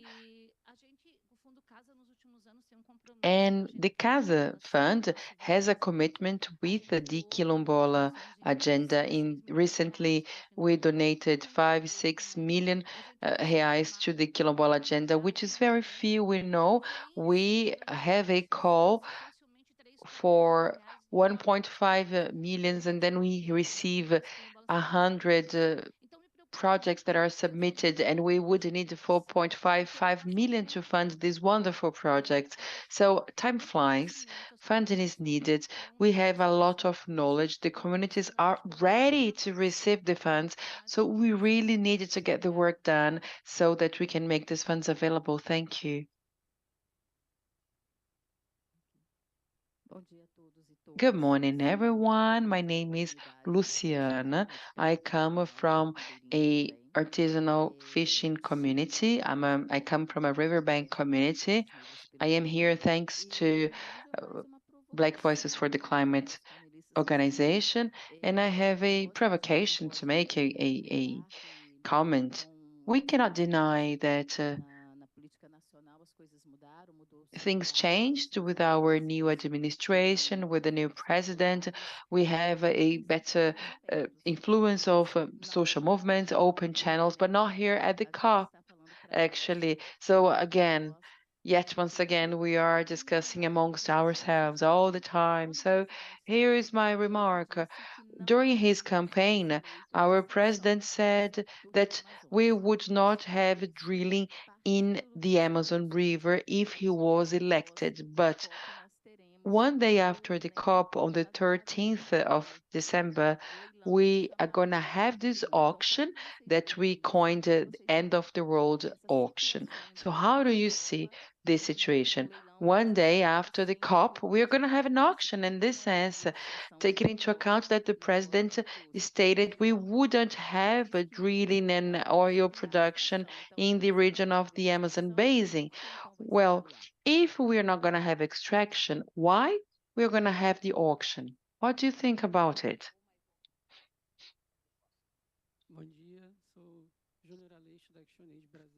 Good morning. My name is Júnior Aleixo. I have two questions, if you allow me. If you like semiotics, you see, it is interesting to see Cristina in the middle. And right behind her, there is this windmill, this wind park, wind farm photo. It's quite curious indeed if we interpret through semiotics this image that we have in front of us. But here's what I have to say.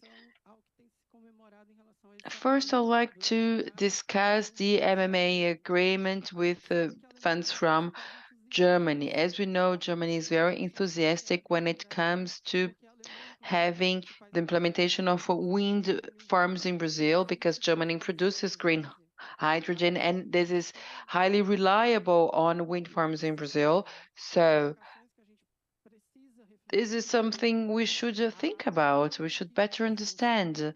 And another thing I have to say is that the state of Ceará intends to build 4,000 offshore wind farms. So Ceará has lots of onshore farms, and now offshore are going to have lots of offshore farms as well. And to conclude, we have several uh, green transition plans, programs. And I'd like to know from Cristina, does CONAC participate or did CONAC participate in the creation of proposals in the scope of the Green Transition Plan? Because one of the pillars of this plan is the green transition and the green projects when it comes to solar and wind farms. So how does CONAC see the actions that are being undertaken in the context of the Green Transition Plan? Thank you. My name is Brent. I'm together with Casa Fund and also Conectas Human Rights, and also with some partner organizations, we carried out an assessment of wind farms in Chapada do Arauí, between Pernambuco and Piauí states. And we have a similar case. People are discussing the just transition. We hear about just transition, but what does it mean when it comes to the rights of local communities? Because there are wind farms funded by the Brazilian National Development Bank and Green International funds. And these farms are being created in quilombola areas without taking into account the several impacts, because we have wind complexes within the same area without the prior informed free consent. And we should say there is a deficit of the recognition of quilombola rights and quilombola areas. And you have the leasing agreements that are entered into with local communities with a lack of transparency and actually dividing the communities and creating internal controls in order to better control the territory. I think this should be discussed when it comes to policies of environmental licensing and funding from the Brazilian National Development Bank, because we should have a policy that respects quilombola communities. So I'd like to hear from you. What is your opinion? How do you see this? What are your proposals so that we can take these issues into account, avoiding fake solutions? I'm not here making a speech against wind energy, but it has to be done in a social, environmental way that respects all the stakeholders.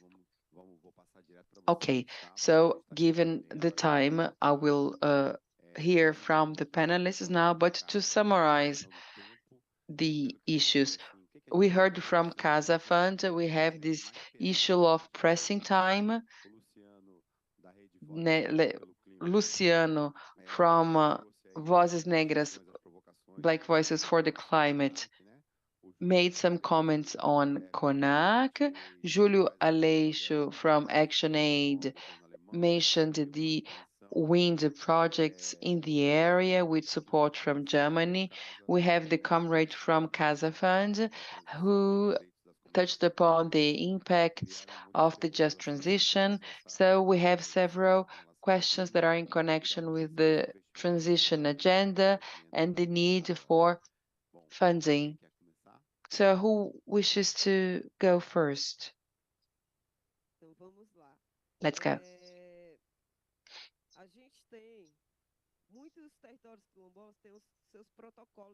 Many quilombola areas have their own consultation protocols. You mentioned the free, prior, and informed consent that does not exist in practice.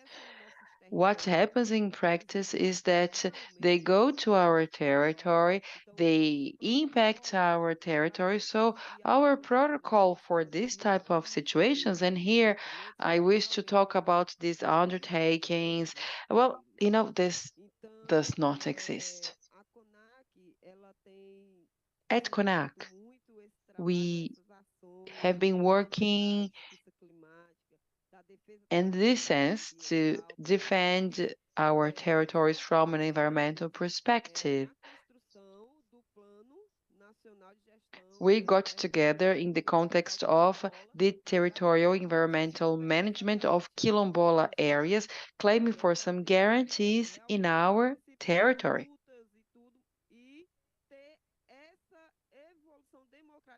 So we needed to have a democratic approach to projects taking place in Quilombola areas.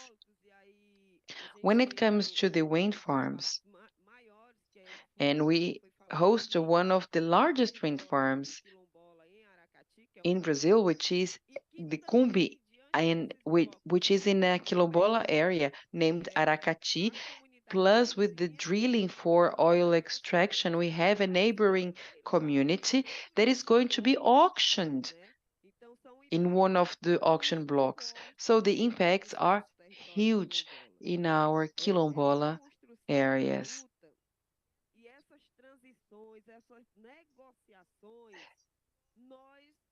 When it comes to the negotiations, we don't have a voice. We are not heard. Nowhere. Here at the COP, we are an exchange currency. And we don't want this to our territories. So we want to ensure sustainability and the life of our Quilombola territories. And in order to do so, we fight for climate justice, for environmental issues. We undertake a resistance and a fight, and we are here in dialogue, debating, trying to draw the attention, trying to be heard by the government. And on the field, our population is also fighting so that these farms do not occupy our areas. In the state of Paraná, there is a company that supplies part of the equipment for the turbines. So you have the transportation of these blades taking place through our territory, and we don't want this type of things. I know time is short, but I am about to conclude, and I wanted to say that I wanted to ask about the transversality. What is mainstream? Because you are actually going through our rights, and I'm asking about the equality that you mentioned. We don't have a racial approach, but when we discuss about the green transition, I mean, this green transition is not doing anything in relation to ourselves, and this is enough.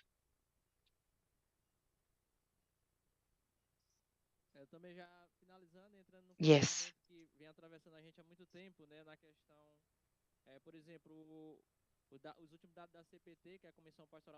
We had some data that was collected and informs that in Brazil, in the first semester, we had 973 conflicts in the territories, which is more than last year. We've seen an increase in the number of conflicts. And we heard from the comrade who spoke about the planning, how long it takes, but life does not wait. The territories cannot wait. I'm here at the COP and I got a message saying that a territory in the state of Maranhão is being invaded. And it happens in so many other states. And here we are. There are representatives from the government, and we want to be part of the discussion when it comes to drafting public policies.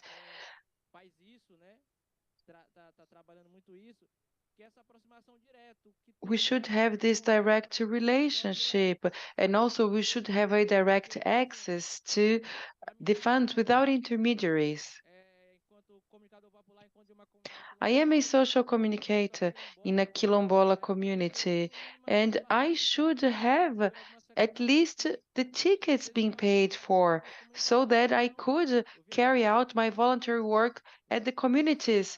But I don't have not even the tickets. And I would like to thank the organization that helped me pay for the tickets so I could come to the COP. You see, the communities are fighting, but we have a real politic taking place. And as I mentioned, we don't want to hear about the plans. We want actions because people are dying and they are dying now. People are starving and they are starving now. And why the funding is so important? Public funding should reach communities because you see, in face of the reality, the communities, they have to accept money from the ones that are actually killing them. You see, Vale. A community sometimes is going to use money from Vale, is going to accept money from Vale because they have no funds from the government. They cannot do otherwise. So Vale has a program, and I am part of a network of social communicators that encompasses many states, and I see other social communicators in the same situation. We make reports, we denounce the things, and we have no protection. And sometimes we have to accept funds from an organization that is actually killing us. And you see, there is this gap, and we have a time before COP30, and I'm worried about everything that is going to be hidden until we get to COP30. So, are we gonna calculate? I'm very much concerned. We want urgent results, and I want to go back to change our reality. I haven't seen this, and we needed to have this urgent connection because people are dying all the time. Bom, então, a gente compreende que a demanda é We urgente. understand that the demand is urgent and that life is something that we need to care for. This life that's under threat, that's under risk, these people who are dying. So we have been doing work and we're trying. There's a part of our ministry that looks precisely at conflict. To these territories, they went to Maranhão 10 times. So it's very obvious to us that we need to care for life every single minute. And this is done together with other ministries, the Human Rights and Citizenship Ministry. We're also reviewing the program for for witness protection because it's not as we would like it to be. So we want to review it. And regarding planning, of course, it's absolutely necessary. We cannot act if we do not have a plan. Otherwise, we wouldn't be responsible in terms of our mission, our public mission. But planning doesn't mean not acting. So to make it very clear, the Ministry of Racial Equality has been very active. We've worked very hard this year. We were able to have about 15 million reais reach the territories, the different Quilombola territories. We also acted where the situation was more urgent, such as Alcântara. part of Bahia, Santa Catarina, the cases that we're looking at very closely because we have very severe conflicts currently happening. And in our planning process, we also do fundraising. So the Casa Fund is investing 6 million, but we're negotiating with BNDES funds to have at least 200 million reais for quilombola territories in Brazil. So we are carrying out our actions. And for us, it's very important. All the work that's done by the Fundo Casa, we would love it to reach a lot of these communities and territories. But I want to emphasize that we also do fundraising work because the Ministry of Racial Inequality has very little budget. So we do all the networking, we do a lot of prospective work, and of course, to be able to get it done, we need a lot of planning.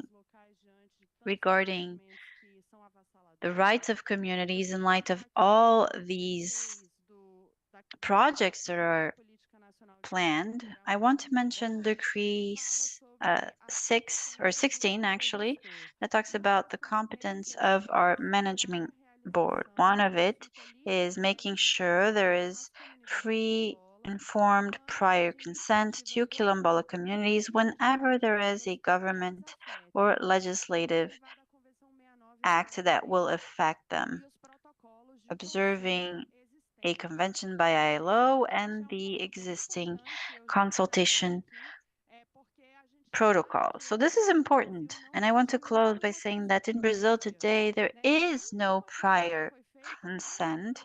There is no consultation that is done with the local communities before some kind of project is implemented. And this was an urgent issue for us. INCRA is responsible for looking at environmental regulation in Quilombola community, but it doesn't have enough structure to be able to do the public consultation. So if this is done by our management board, we think we will have a more robust system that will allow us to meet this demand. And the management board is based on parity, so it has the same representations from the same number of members from Quilombola communities as from government, 6 for each. And we think this board will be an important mechanism for us to ensure that before any wind park is built, communities are consulted, they can say no, and we can deny these constructions based on the result of the consultation. Thank you very much. I just want to send you a little invitation here. Please do not leave because we will continue talking about the same topic and quilombos from the Amazon, actions to face environmental racism. So this discussion will continue during the next panel. Thank you very much for your attention.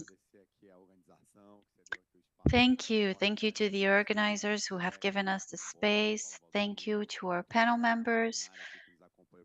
Thank you to the audience for your attention.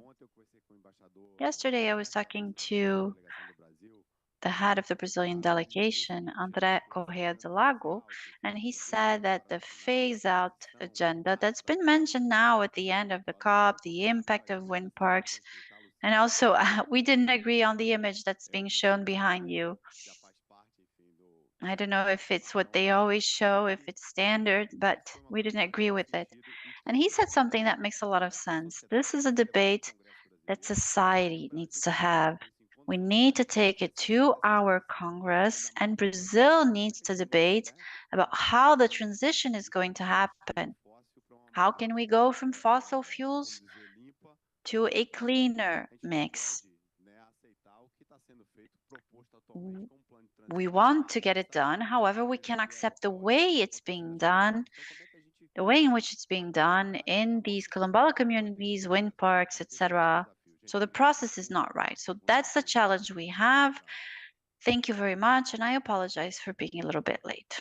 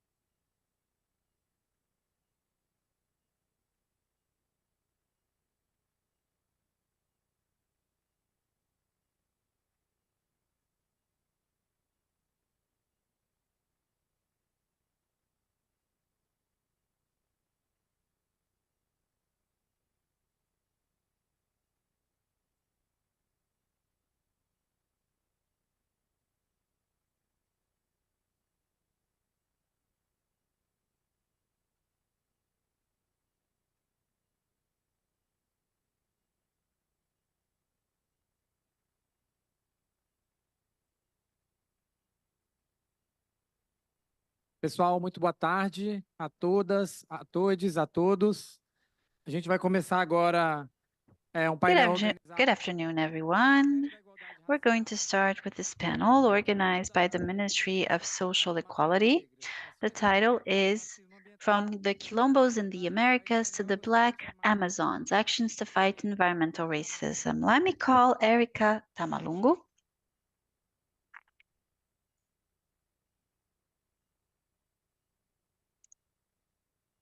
Eu gostaria de chamar o secretário Ronaldo. Secretary Ronaldo. He is secretary to defend Quilombos, traditional communities and people of African origin, Roma people. And finally, I'd like to call Inamara. She is from the Climate Change Secretariat within the Ministry of the Environment. We're also waiting for Vanessa from Peregun to come. We hope she'll be able to make it. We all know sometimes we have to travel a lot here at COP. There's the problem of mobility within Dubai and then mobility within the COP venue. Thank you very much for being here in any case. Lots of you have left your homes for many days now. We know it's a huge effort to be able to be here and to exchange. But this exchange is very important amongst ourselves in Brazil, but also, and most importantly, with people from abroad, other organizations, to call for action. Let me make a brief introduction. My name is Arthur Sinimbu. I come from the state of Ceará, as does Cristina from the previous panel. But very early on, I left. I live in Brasilia for 20 years. I work in the management, or actually I used to work in the management ministry, but now I'm at the racial equality ministry, and I'm head of social participation and diversity in this ministry. This was created during the transition government to have a social participation and diversity office within all the ministries. So I've been trying to connect the different organizations of the Black movement, of our ministries, and I have the message, I try to bring the message of our different ministries, ministers who would have liked to be here, but of course, due to a schedule that's very tight, we are here to represent the ministry. The Mercosul Social Summit ended in Rio de Janeiro. It counted on the presence of many authorities, but also it had great social participation. So this is where our minister is. To introduce the topic, I want to bring 2 points. In the context of defending quilombolas and their agenda, the 2022 census brings a lot of data. And this allows us, or rather, we shouldn't just base our actions on what's in the census, but rather we should hear from quilombolas themselves, people who live there, people who talk about their identity, the policies and how they're implemented, government actions and collective actions that are undertaken in quilombola communities. But I think the census does allow the government to translate things that the social movements have been talking about for a very long time, showing the dimension and how important this population is in Brazil. So this is something we've just started to build, to bring the topic to many different summits.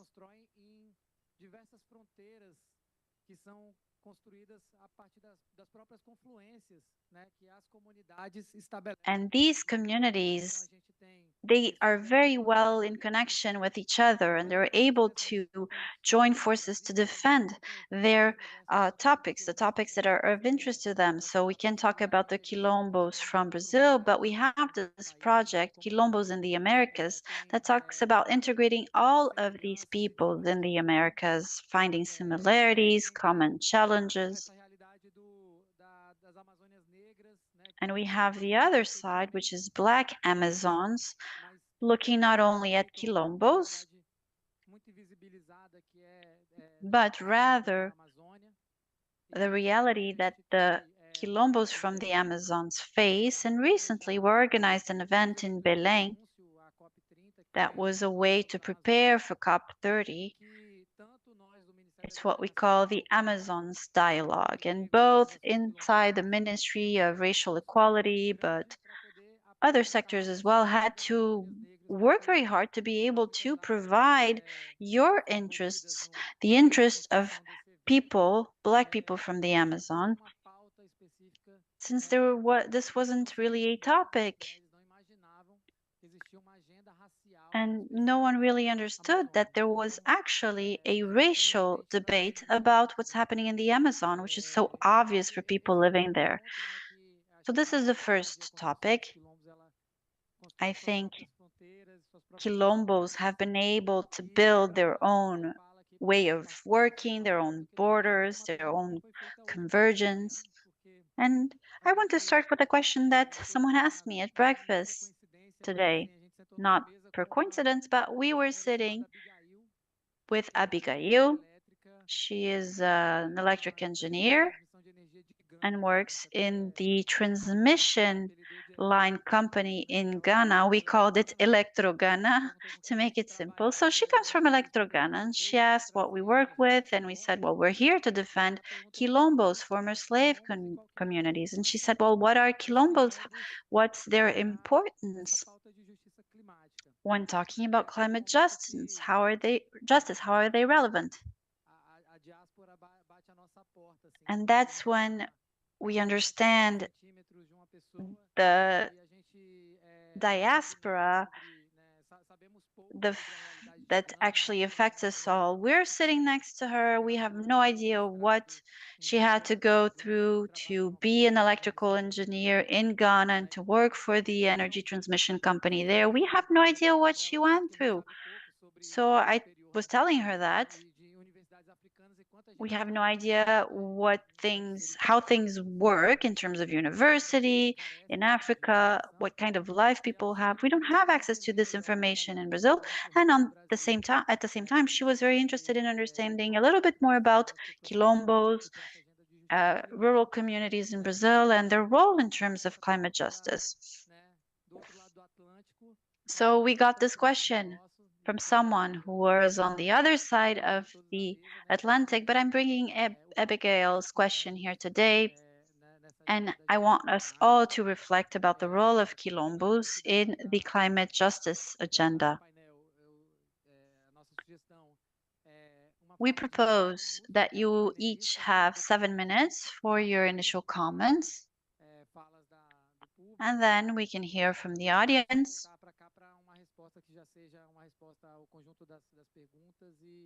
We'll get a series of questions, and then we will have answers and final comments from the panel.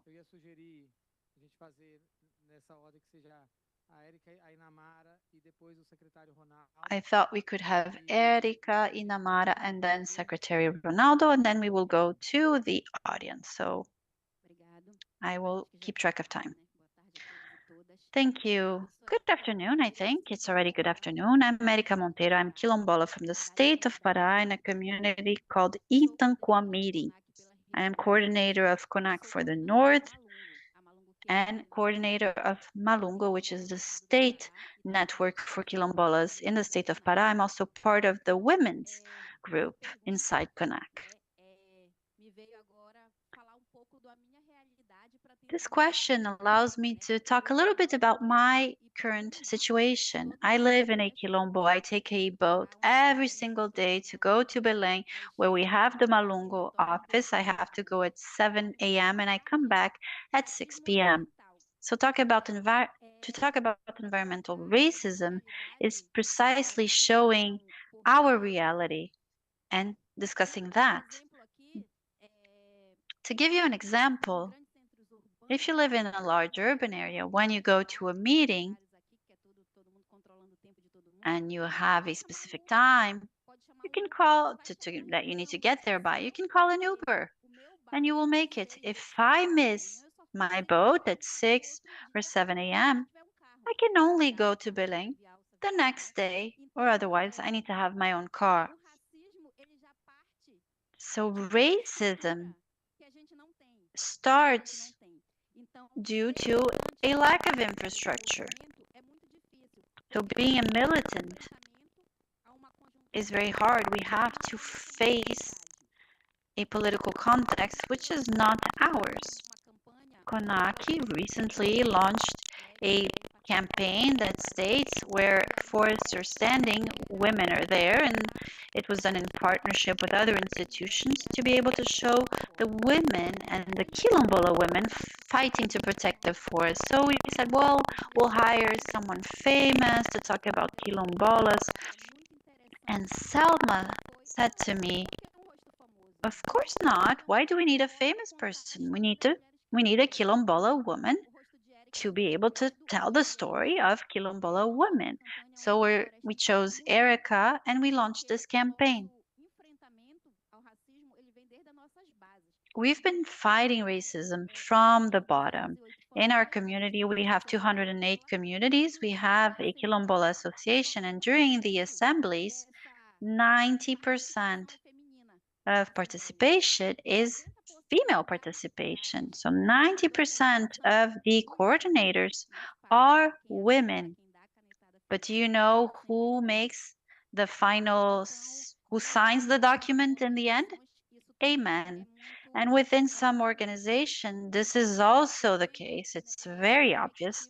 So I bring with me this perspective that when we discuss climate change, climate justice, we need to start by discussing justice for Quilombolas. In the state of Pará, we have a wonderful initiative which we call the Quilombola Roundtable. It puts the state government in contact with us to check all the land tenure regularization processes. So processes that have to do with granting of title deeds. We have lots of problems in terms of land tenure in Pará. So we've been working on this roundtable to try and help the state government grant these title deeds to Quilombola communities. And despite the fact that I might be in a somewhat comfortable situation because the state of Pará has specific legislation to be able to advance in regularization of land, 15 titles, and this was very important, were granted. However, the racism you have to deal with throughout the process is enormous. When we go to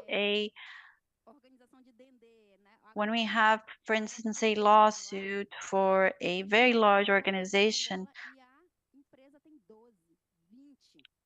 we, the Quilombolas, have 2 lawyers and they have 20 lawyers, this big company that explores Dende oil. So to talk about the granting of title deeds, and we can only have 2 Quilombolas on one side, but they're allowed to bring with them 20 lawyers. How can I put it? This is racism as well. I'm sorry, I'm a bit nervous, but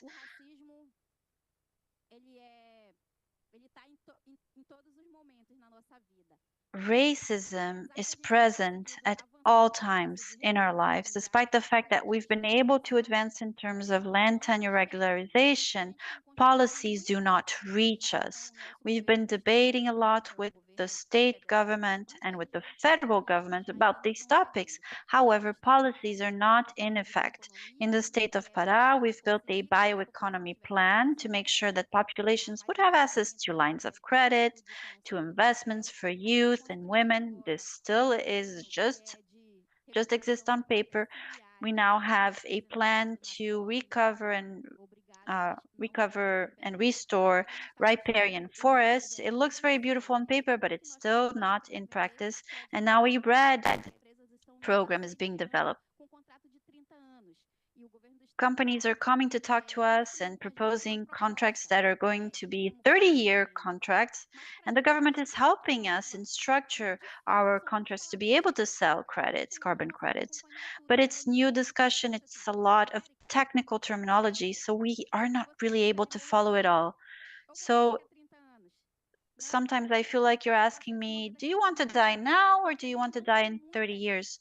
And I say, well, I prefer to participate in the process and die 30 years from now. There really isn't a lot of possibilities that we have. In order to improve, we need policies that reach us. So we have these global debates about climate change and very little climate justice. In my land, school only goes to 10, to the age of 10. You have health services that have no doctors. We have no electric power. In Belém, we say when it doesn't rain all day, it rains every day. And when it doesn't rain every day, it rains all day long. Basically, a lot of the time we're lacking energy because of these rains. We cannot access internet, and this is also a form of environmental racism. So this is what I wanted to bring to you. I am very angry about it all because despite the fact that we're having all these technical, strong discussions in my Quilombo, where I come from, policies are really not there. They do not exist. They are not present, and we need to change that. Obrigado, Érica Monteiro. Eu passo a palavra agora para Inamara. Thank you, Erika. Let's now hear from Inamara from the Ministry of the Environment. Good afternoon, everyone.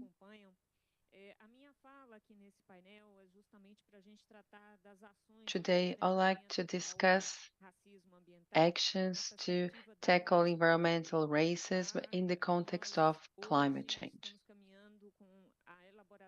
We are now drafting the climate plan, and a climate plan has a mitigation and adaptation scope, but when it comes to Brazil, the adaptation is interactive, and this encompasses huge challenges. In 2016, right before Dilma's impeachment, we had the launch of an adaptation national plan that was abandoned in the past years.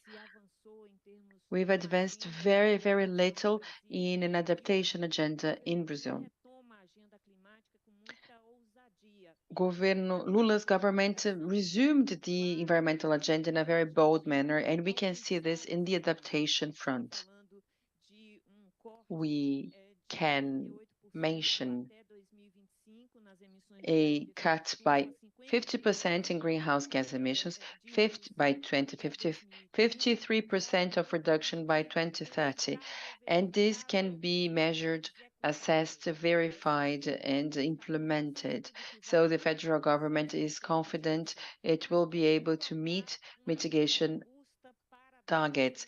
But how can we have a bold adaptation agenda in face of such a challenge? We have 5,600 municipalities and 2,700 have a low or very low adaptation capacity. In the past years, 93% of the municipalities were somehow affected by climate catastrophes. 4 million people who had their housing destroyed, economic losses in the amount of 300 billion in the past decade. So the figures are staggering, and we are confident and sure that the impacts add up to the non-climate factors, namely inequality, the marginalization of populations, mainly the poorest population, the Black population, people living in the peripheries,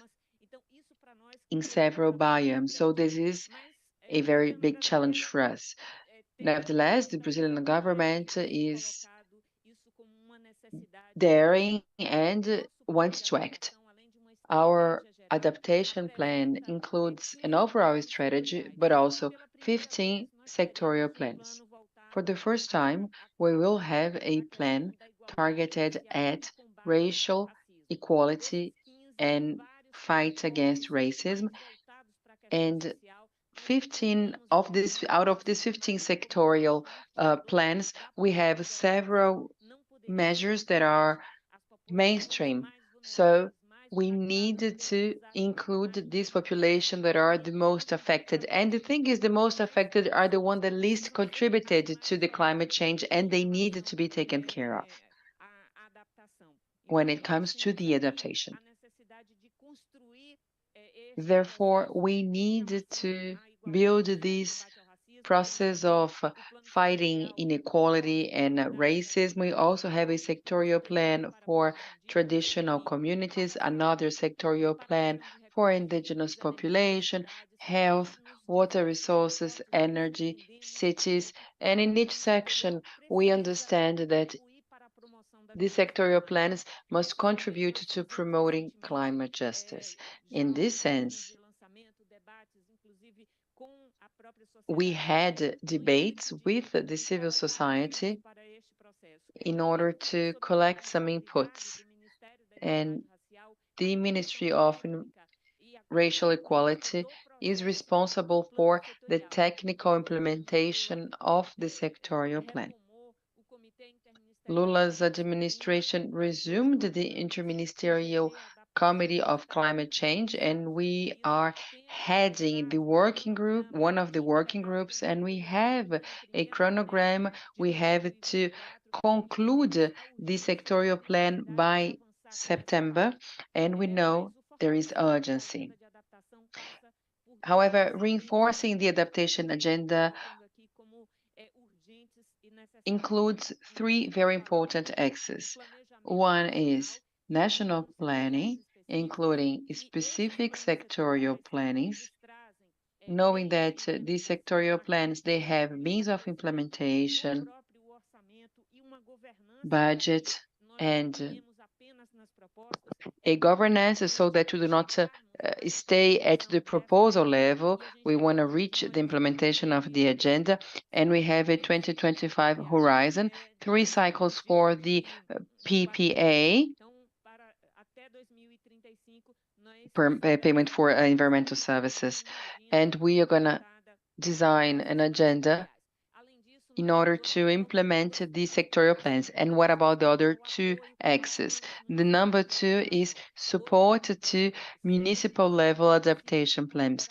At present, 2,000 municipalities are considered as critical when it comes to climate disasters, and we need to improve the institutional capacity of certain municipal governments and invest in skill training so that we can better adapt in the context of the cities. This is a very important front for the adaptation agenda. The third X, we don't want to wait until the end of the national climate planning, neither the municipal planning, so that we can improve the response to climate change. Disasters are taking place now. Brazil is one of the 10 most vulnerable countries when it comes to climate effects. So we are in a state of permanent alert. We cannot go much further. We needed to act on the current scenario. So having an emergency for the climate crisis is the object of a working group under the scope of the adaptation plan. We know we have to better understand the risks, improve the response, and have early warning or pre-disaster action so that we can improve the action and improve the support we give to municipalities and the states to enhance our adaptation adaptation. I have more remarks to make, but maybe in the second round. But I wanted to conclude by saying that this agenda is challenging. However, it is in line with what's being said by President Lula and Minister Marina,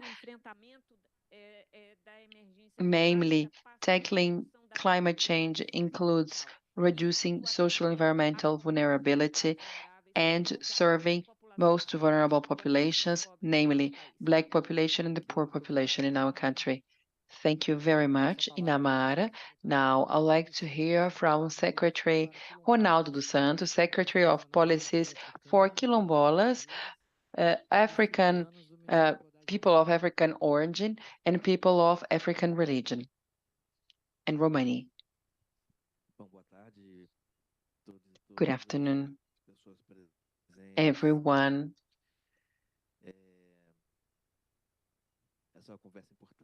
This is an important conversation. The Quilombos of the Americas in the Black Amazon. I will try to organize my remarks on the other things. I will start talking about the Black Amazon and go into the Quilombos of the Americas. But it's great to be in the presence of so many comrades. And now COP30 will be held in Belém. And we are already planning and making efforts because Brazil needs to be able to play a key role, a major role, but a role that is effectively coherent. We know that we have contradictions and a complex scenario. On the one hand, we have national states with different types of leaderships, different ideologies, different views. We have different interests. We have civil society organizations. We also have corporations. So, of course, this is a space of contradiction and of certain conflicts of ideas, conflicts of interests. And let's hope that in Belém do Pará, the city that will host COP30, let's hope we can be present in a very coherent manner, aligned manner, because coherency is a subjective concept. But when I use the word coherence, well, I'm trying to say that we have to play our historical role. And here, of course, I'm talking about communities, because the ones that historically destroyed, well, probably won't be coherent. But we have historically played our role. So Quilombola communities, traditional communities, we are legitimate. We can judge and we can say what is coherent or lacking coherence in all these speeches we keep on hearing. And Erica and dear panelists, when we have a COP30 in 2025 in Belém do Pará, we'll also celebrate the first granting of ownership certificate in Brazil. So the national agenda for granting title deeds, as provided for in Article 5 of Decree 11447 that created the Quilombo Brasil program, determines we should create a national agenda of granting of title deeds, which is a priority for us. This policy has 35 years. It is set forth in the Constitution that was enacted in 88. However, we are now 28 years after the first certificate was granted. So we had this gap between the enactment of the Constitution in 88 and the first granting of title, the 20 years ago. However, the scope of this constitutional provision is very small. That's why it requires a national plan for the granting of title deeds. But to do so, the state needs to assess each and every suit that has been filed, demanding the ownership to be granted. And sometimes these suits, they are paralyzed for 10, 15 years at the same stage, and there are so many stages. Some lawsuits are paralyzed in the first stage, others in the second, in the third. Regardless of the stage, they are paralyzed for such a long time. And sometimes they do not become administratively viable. So this plan that I'm referring to is reviewing each and every granting of title deed lawsuit. The Brazilian Institution for Research, IBGE, has carried out an assessment. And we see that the number of quilombola territories that are having the possibility of having their ownership granted is being reduced. You are about to say my time is up, but I haven't even started. I'm sorry. Anyway, this national plan for the granting of title deeds is the number one priority for us. In parallel, on 20 November, we launched the national policy of environmental quilombola plan, because the quilombola movement is exchanging with the government in with this regard for 10 years. In the past 5 years, of course, this dialogue was undermined the same way all other public policies and environmental policies were undermined in Brazil. But we resumed this agenda with the new administration, and this is a very important agenda. And talking about territorial and environmental management in our areas is about climate justice, we think, and environmental policies.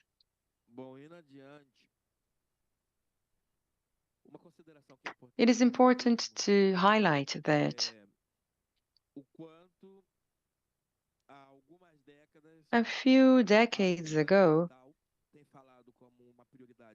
the environmental agenda is highly focused in the Amazon, and I'm not challenging the importance of the Amazon for our planet, but it's important to discuss and highlight other biomes such as Pantanal, the wetlands that are becoming dry or drier. So how can we position as to the future generations when we see the situation of the Pantanal biome? We had a meeting with Mr. Secretary Luz, and in 2023 we had this meeting called Opening Pathways in Brazil, in which we have a dialogue with Afro-Brazilian religion communities and traditional peoples of communities of African origin, and we had a dinner on the bank of Acre River. And I was asking, what's this? And the reply was, that's Acre River. But I said, where is the river? You see those images about the Amazon rivers, and they seem unbelievable because at the same time we have floodings in the southern area of the countries, we have the rivers drying up in the northern area of the country. So we have to include all biomes. When we discuss zero deforestation, we should not only focus on the Amazon, but also take into account Cerrado, the Brazilian savanna that is being literally devastated, and a devastation that is authorized. And this needs to be taken into account when we discuss the biomes.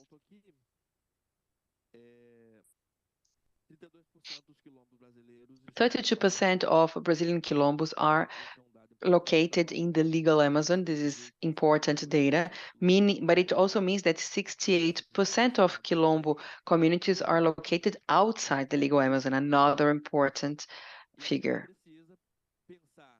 We need to think the strategy, we need to think the action beyond the national frontiers, because the vegetation, the animals, the land, the people, they do not recognize a national frontier. The wind, the storm, the rain, the heat, the cold, they do not see or acknowledge a national frontier. So to conclude, and I'm really about to conclude, we are resuming this dialogue that started 10 years ago and was paralyzed by the political context. And for us, it is essential to resume this dialogue, Quilombos of the Americas, a space where we can be in dialogue and in connection with many peoples,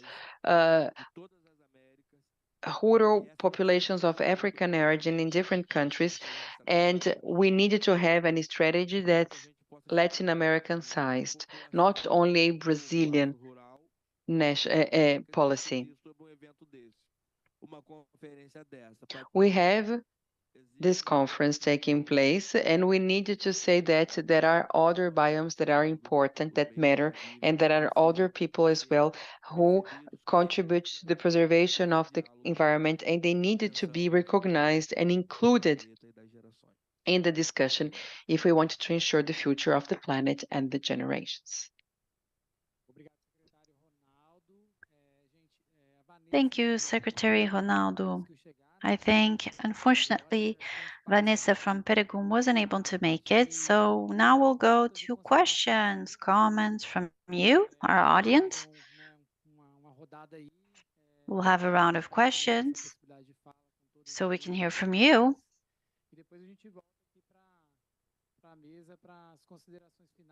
And then we will go back to our panel for final answers and comments.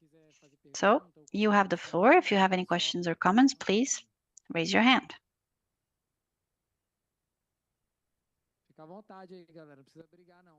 Don't fight for the mic. One at a time, please.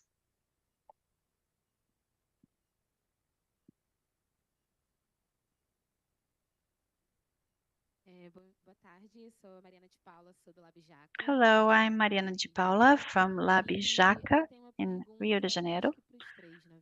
I have a question for all three of you, I think. Along the lines of what Secretary Ronaldo mentioned, both in terms of government, looking at the Ministry of Environment and the Ministry of Racial Equality, and also looking at the perspective of a Quilombo community, how do you think we can advance on the discussion of working with Quilombos from the Americas, not just look at Brazil, and have this be included in our plan to the point where we would have a structure that would allow us to face environmental racism and climate racism? How, in concrete terms, can we include Quilombos in building a preservation plan, an environmental preservation plan, while looking at Quilombos as the main defenders of the forest? And how can we actually have this translated into a concrete policy that will allow us to face climate change, having this important acknowledgement of the role Quilombola communities play in that sense?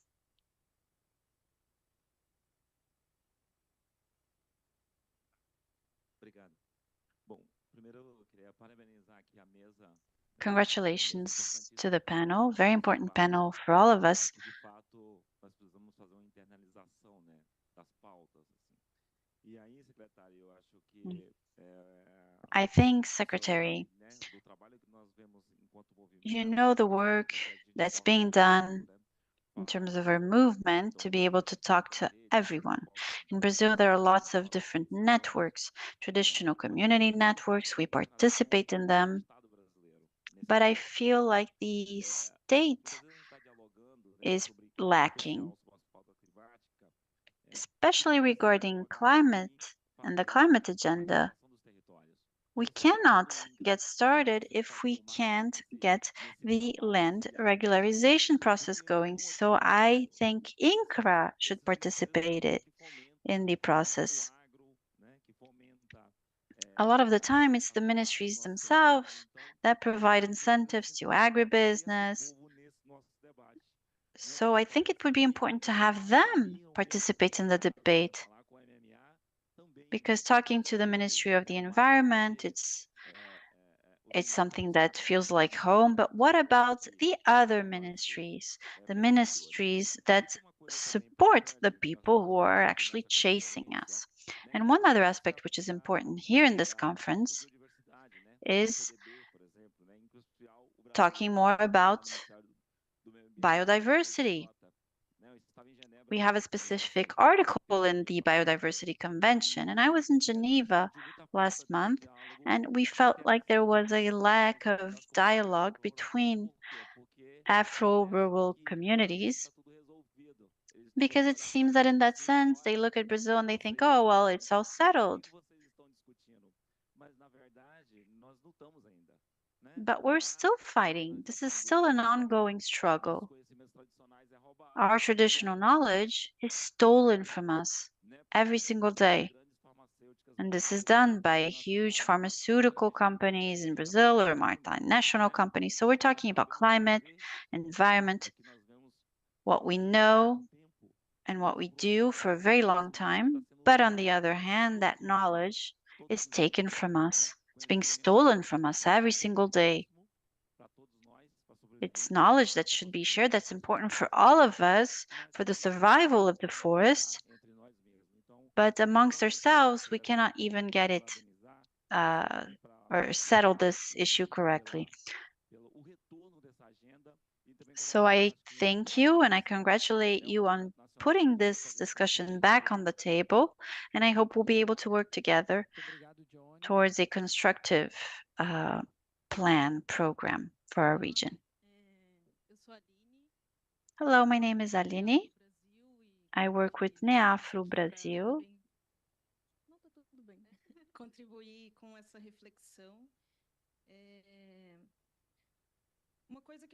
And I'd like to contribute to this discussion. One thing we've been discussing within Uniafro, especially in terms of popular education, is the need to have an anti-racist environmental education based on the dialogue between ministry, environment ministry, racial equality ministry, and education ministry. Because we know education can be transformative.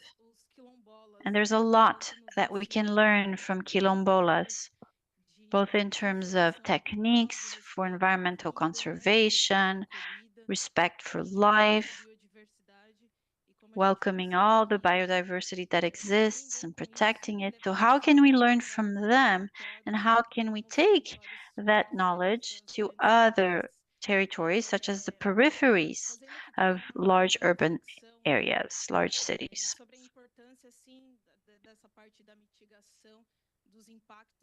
It is important also to mitigate the impact of climate change, since a lot of the time the impact falls very heavily on Black population. But before that, environmental racism is present in and of itself in the climate change process. So we should step back and think about how this is distributed, how it affects our territories, how this leads to climate change, and how that climate change impacts Black population the most. Trazer isso, né, para uma reflexão, não só pensando no que vem por aí, mas de So como how a gente can we consegue, think about what's coming, trazer uma justiça ambiental de fato para os nossos and how can we have ambientes, actual lembrando que climate justice esse racismo in our ambiental environment de origem e por if we sua know vez that it is that environmental racism that gives way and perpetuates climate change. So this was my comment. Thank you for the opportunity.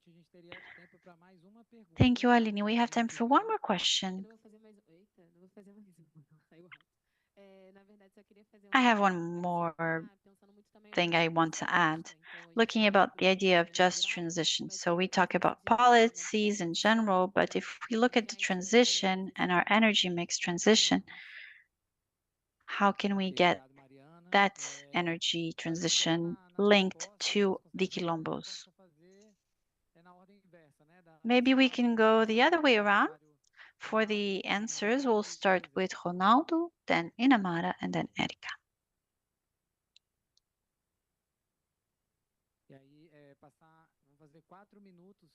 So we have 4 minutes for each of you to respond and to also make your final comments.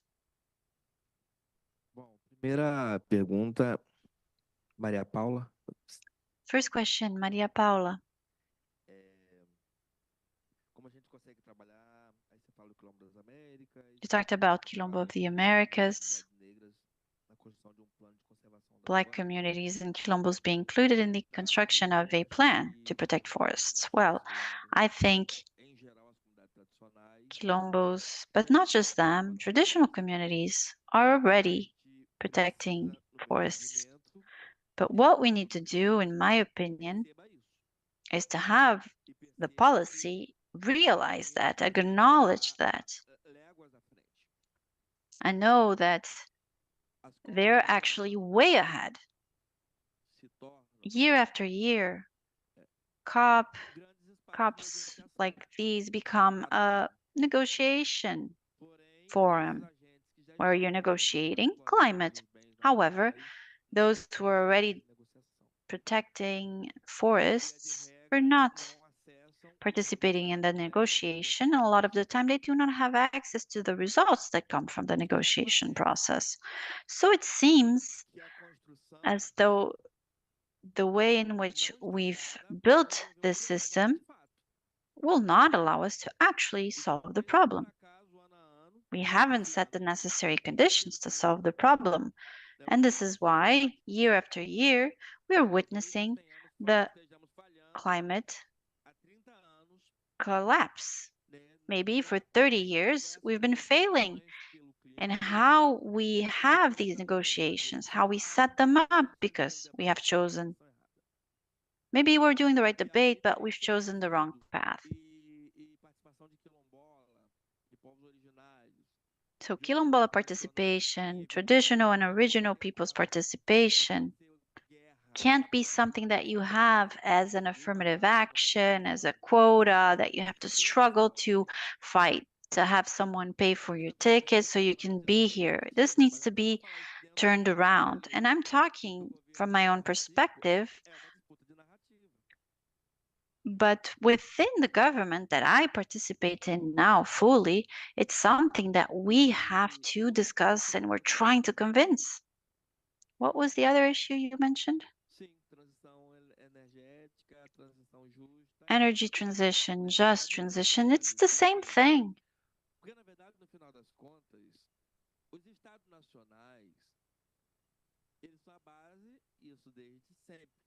Our states are the ones that lay the foundation for how capitalism is structured. It's always been this way. So national states, the states of our federation, operate based on the rationale of capitalistic projects, and being able to shift this way of thinking is what we call being revolutionary. Some say it's being able to subvert.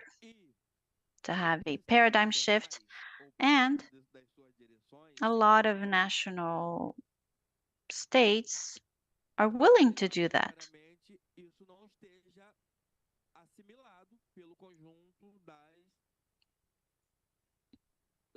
dos governantes, né, e o conjunto However, maybe the majority has not yet understood or assimilated the idea. So those who want to organize these events haven't really understood it. And I'm not even going to talk about multinational or companies, because it's even more complicated for them. So our role is going to COP and making our voices heard. If you are working for the government, you speak on behalf of the government. If you're in civil society, then you speak on behalf of society. And those who don't come because they think this is not where you should build the solution, then they're outside protesting, all have contributions to make. So the government is based on a coalition of ministries. We have some ministries which, of course, are partners for certain agendas. And about the Quilombola agenda, you have Ministry of Racial Equality, Ministry of the Environment, Ministry of Rights, of Human Rights and Citizenship, Ministry of Agrarian Development. We have common permanent agenda. So when you say you miss having INCRA participate, INCRA is the current National Institution for Colonization and Agrarian Reform. And we actually defend the idea that INCRA shouldn't be everywhere, because they need to do a lot of work back in the office to deliver on what they have to deliver. And INCRA has been working very closely with us in that sense. It's been welcoming what we do. And it needs to play its role, which has to do with agrarian reform. For other ministries, well, here I met a national secretariat of a given ministry, and I won't mention which because it doesn't matter. But I met him, and it was very interesting to get to know him. So we exchanged contact information, but I didn't even know that that secretariat existed within the ministry, and I learned about it here. And then I remembered a meeting I had recently with another ministry that doesn't work with quilombolas, not because it's against it, but because it just doesn't. And at the time I asked, what's your budget? He said, oh, 40 billion without, well, so on and so forth. And I said, oh, that's great. I think we need you as partners. And sometimes we don't have partnerships that would actually help us if we were able to bring other ministries to the table. And of course, there's another set of ministries that I do agree with you, go against what we're proposing. But that's what democracy is like. We have the obligation of talking to everyone. It's part of the democratic process. Inamara, please. Acho que a gente precisa juntar todas as questões aqui, entendendo que os impactos climáticos são I think we have to hear all of these questions, understand that climate impact is here, that efforts to reduce greenhouse gas emissions have been insufficient. So starting based on that assumption and the assumption that this is the result of an excluding capitalistic model that doesn't help inequalities. So based on that, we need to assess everything very carefully. The concern about the climate agenda is one of the biggest concerns Brazilian people have today. Concern for the climate. And we understand that this is now being discussed politically, but how do different organizations and the state itself work, or rather act upon it? How are people actually making this agenda part of their work, part of what they want to do to try and solve the climate problem? And that's a challenge. We cannot see every ministry as an island that develops its own agenda. Today, we have this common problem that has to do with climate, but also social and environmental vulnerability. The two are related, and we need to act from that perspective. So it's not simple coming up with an agenda that is common, that will involve all ministries, all levels of the federation. We also need to be very active at the state level, at the local level. We need private sector to be concerned with the same cause. You asked us, how much can we think, or how can we think about quilombola communities beyond the borders of Brazil? And I understand that climate is something that we have to look at as being beyond a national aspect. It goes beyond borders, so we need international cooperation. I understand that we need to have both local, state, and global efforts, because some causes are common causes, common interests that we have to defend. However, we have to understand what the secretary brings, which is how our capitalistic system is set up and all the barriers that it brings with it. We've just had elections in Brazil where there was a clear difference in terms of perspective, and a good portion of Brazilian society has a conservative view and doesn't understand this cause. In order to advance, we need a wide social and political pact to talk about social policies, environmental policies, and reduction of vulnerabilities. It's not something that needs to be done by one ministry or the other. We need to go back to our common values, talk about citizenship, and I do understand education, as was mentioned, in order to promote climate justice, is an essential solution, an essential aspect.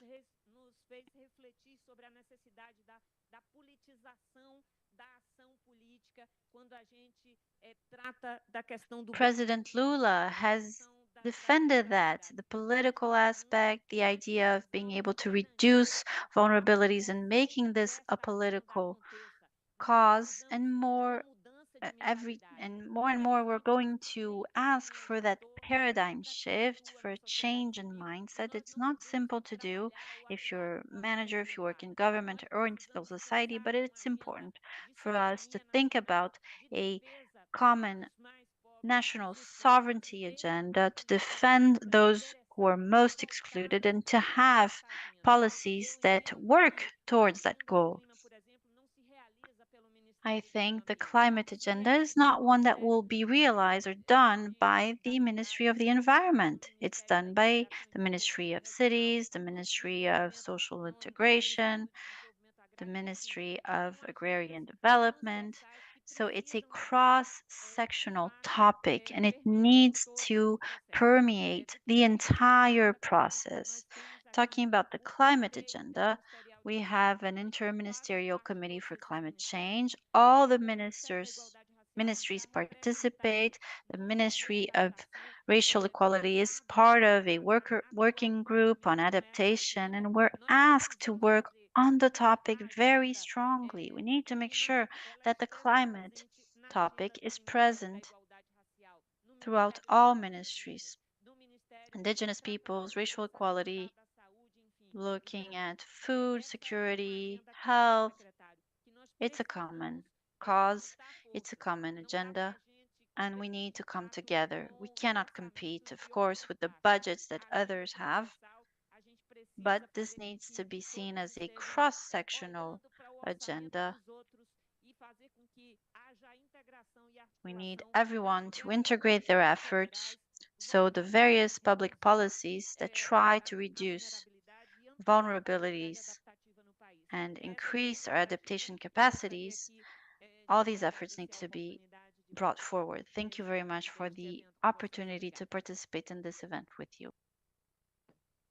Ok, muito obrigado, Inamara. Passa a palavra agora Thank you para so much, Inamara. Let's hear from Erica. We have little time, so I'll try to be brief. If we want to overcome the barriers, we should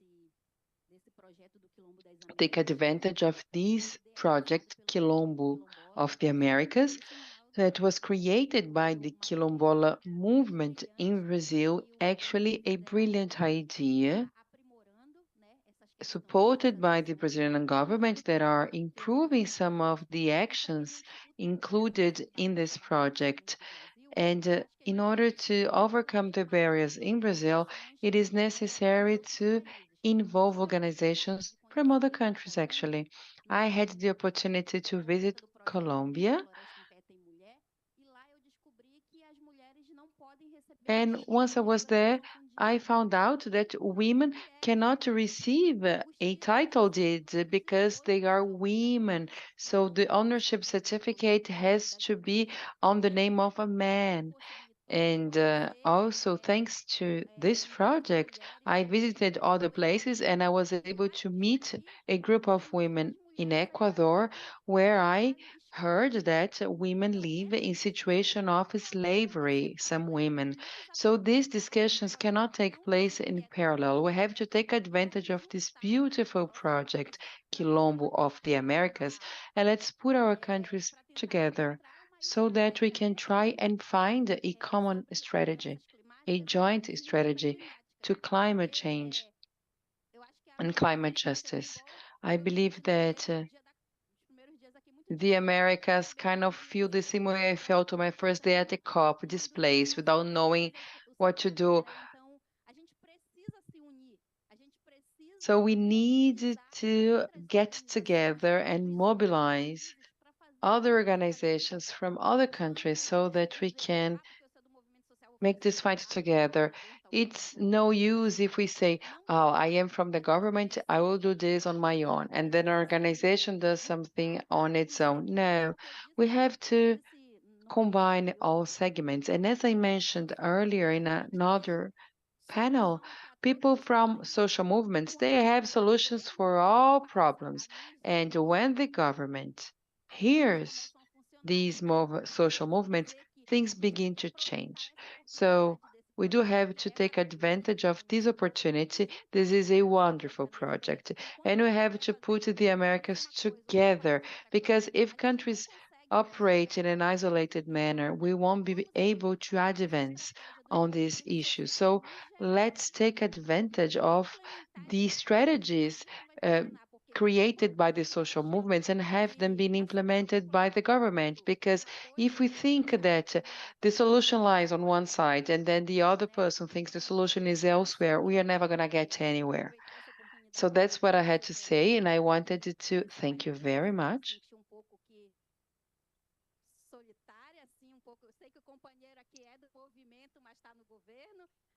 I know that you are from social movements, but you are now in the government.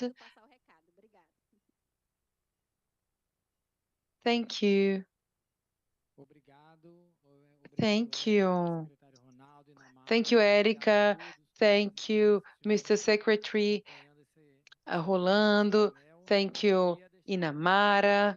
And I'd like to tell that at 6 p.m. we have another panel on Quilombola-related issues that will take place at the CAF Pavilion in the Latin America Pavilion. And I can give you the exact coordinates, B773, where we're going to be discussing about Quilombola-related issues. And I wanted to say that it's important also to establish a connection with the ones who are not physically present, but they are here, such as our Minister Eluisa Barros, who passed away, and she often said that the policies for the promotion of legal of racial equality cannot be an accessory matter. We need to have the ministries being structured. We should have a structured presence in several ministries that think the structuring of our country, the future of our country, rather than having something that is accessory and subject just to small programs. So the promotion of racial equality should be a structuring policy for the Brazilian state, because racism is structural in Brazil. So everything that has a connection with the environment is also social. And more specifically, when it comes to people of African origin, because we are all part of nature.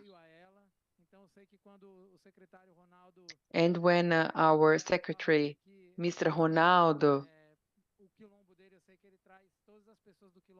spoke, I know that he was speaking on behalf of the entire community. I could even hear, I mean, so many things that were not expressed in words. And I could think of so many people who are not here, but who certainly are somehow with us.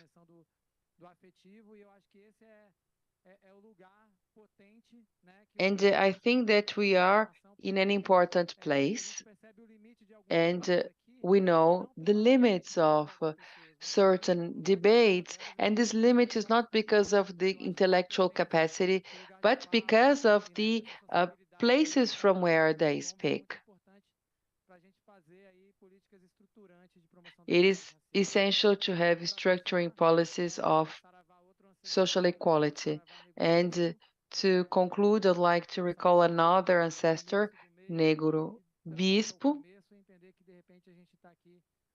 And maybe we are here in a new beginning. Although there is a skepticism as to the negotiations that are taking place right now, but we know we are a place where there is a lot of power and potence. So let's do our best and hope that we can advance until COP30, where Quilombola communities will play a major role in many scenarios, including on having a seat on the negotiation table. Thank you very much.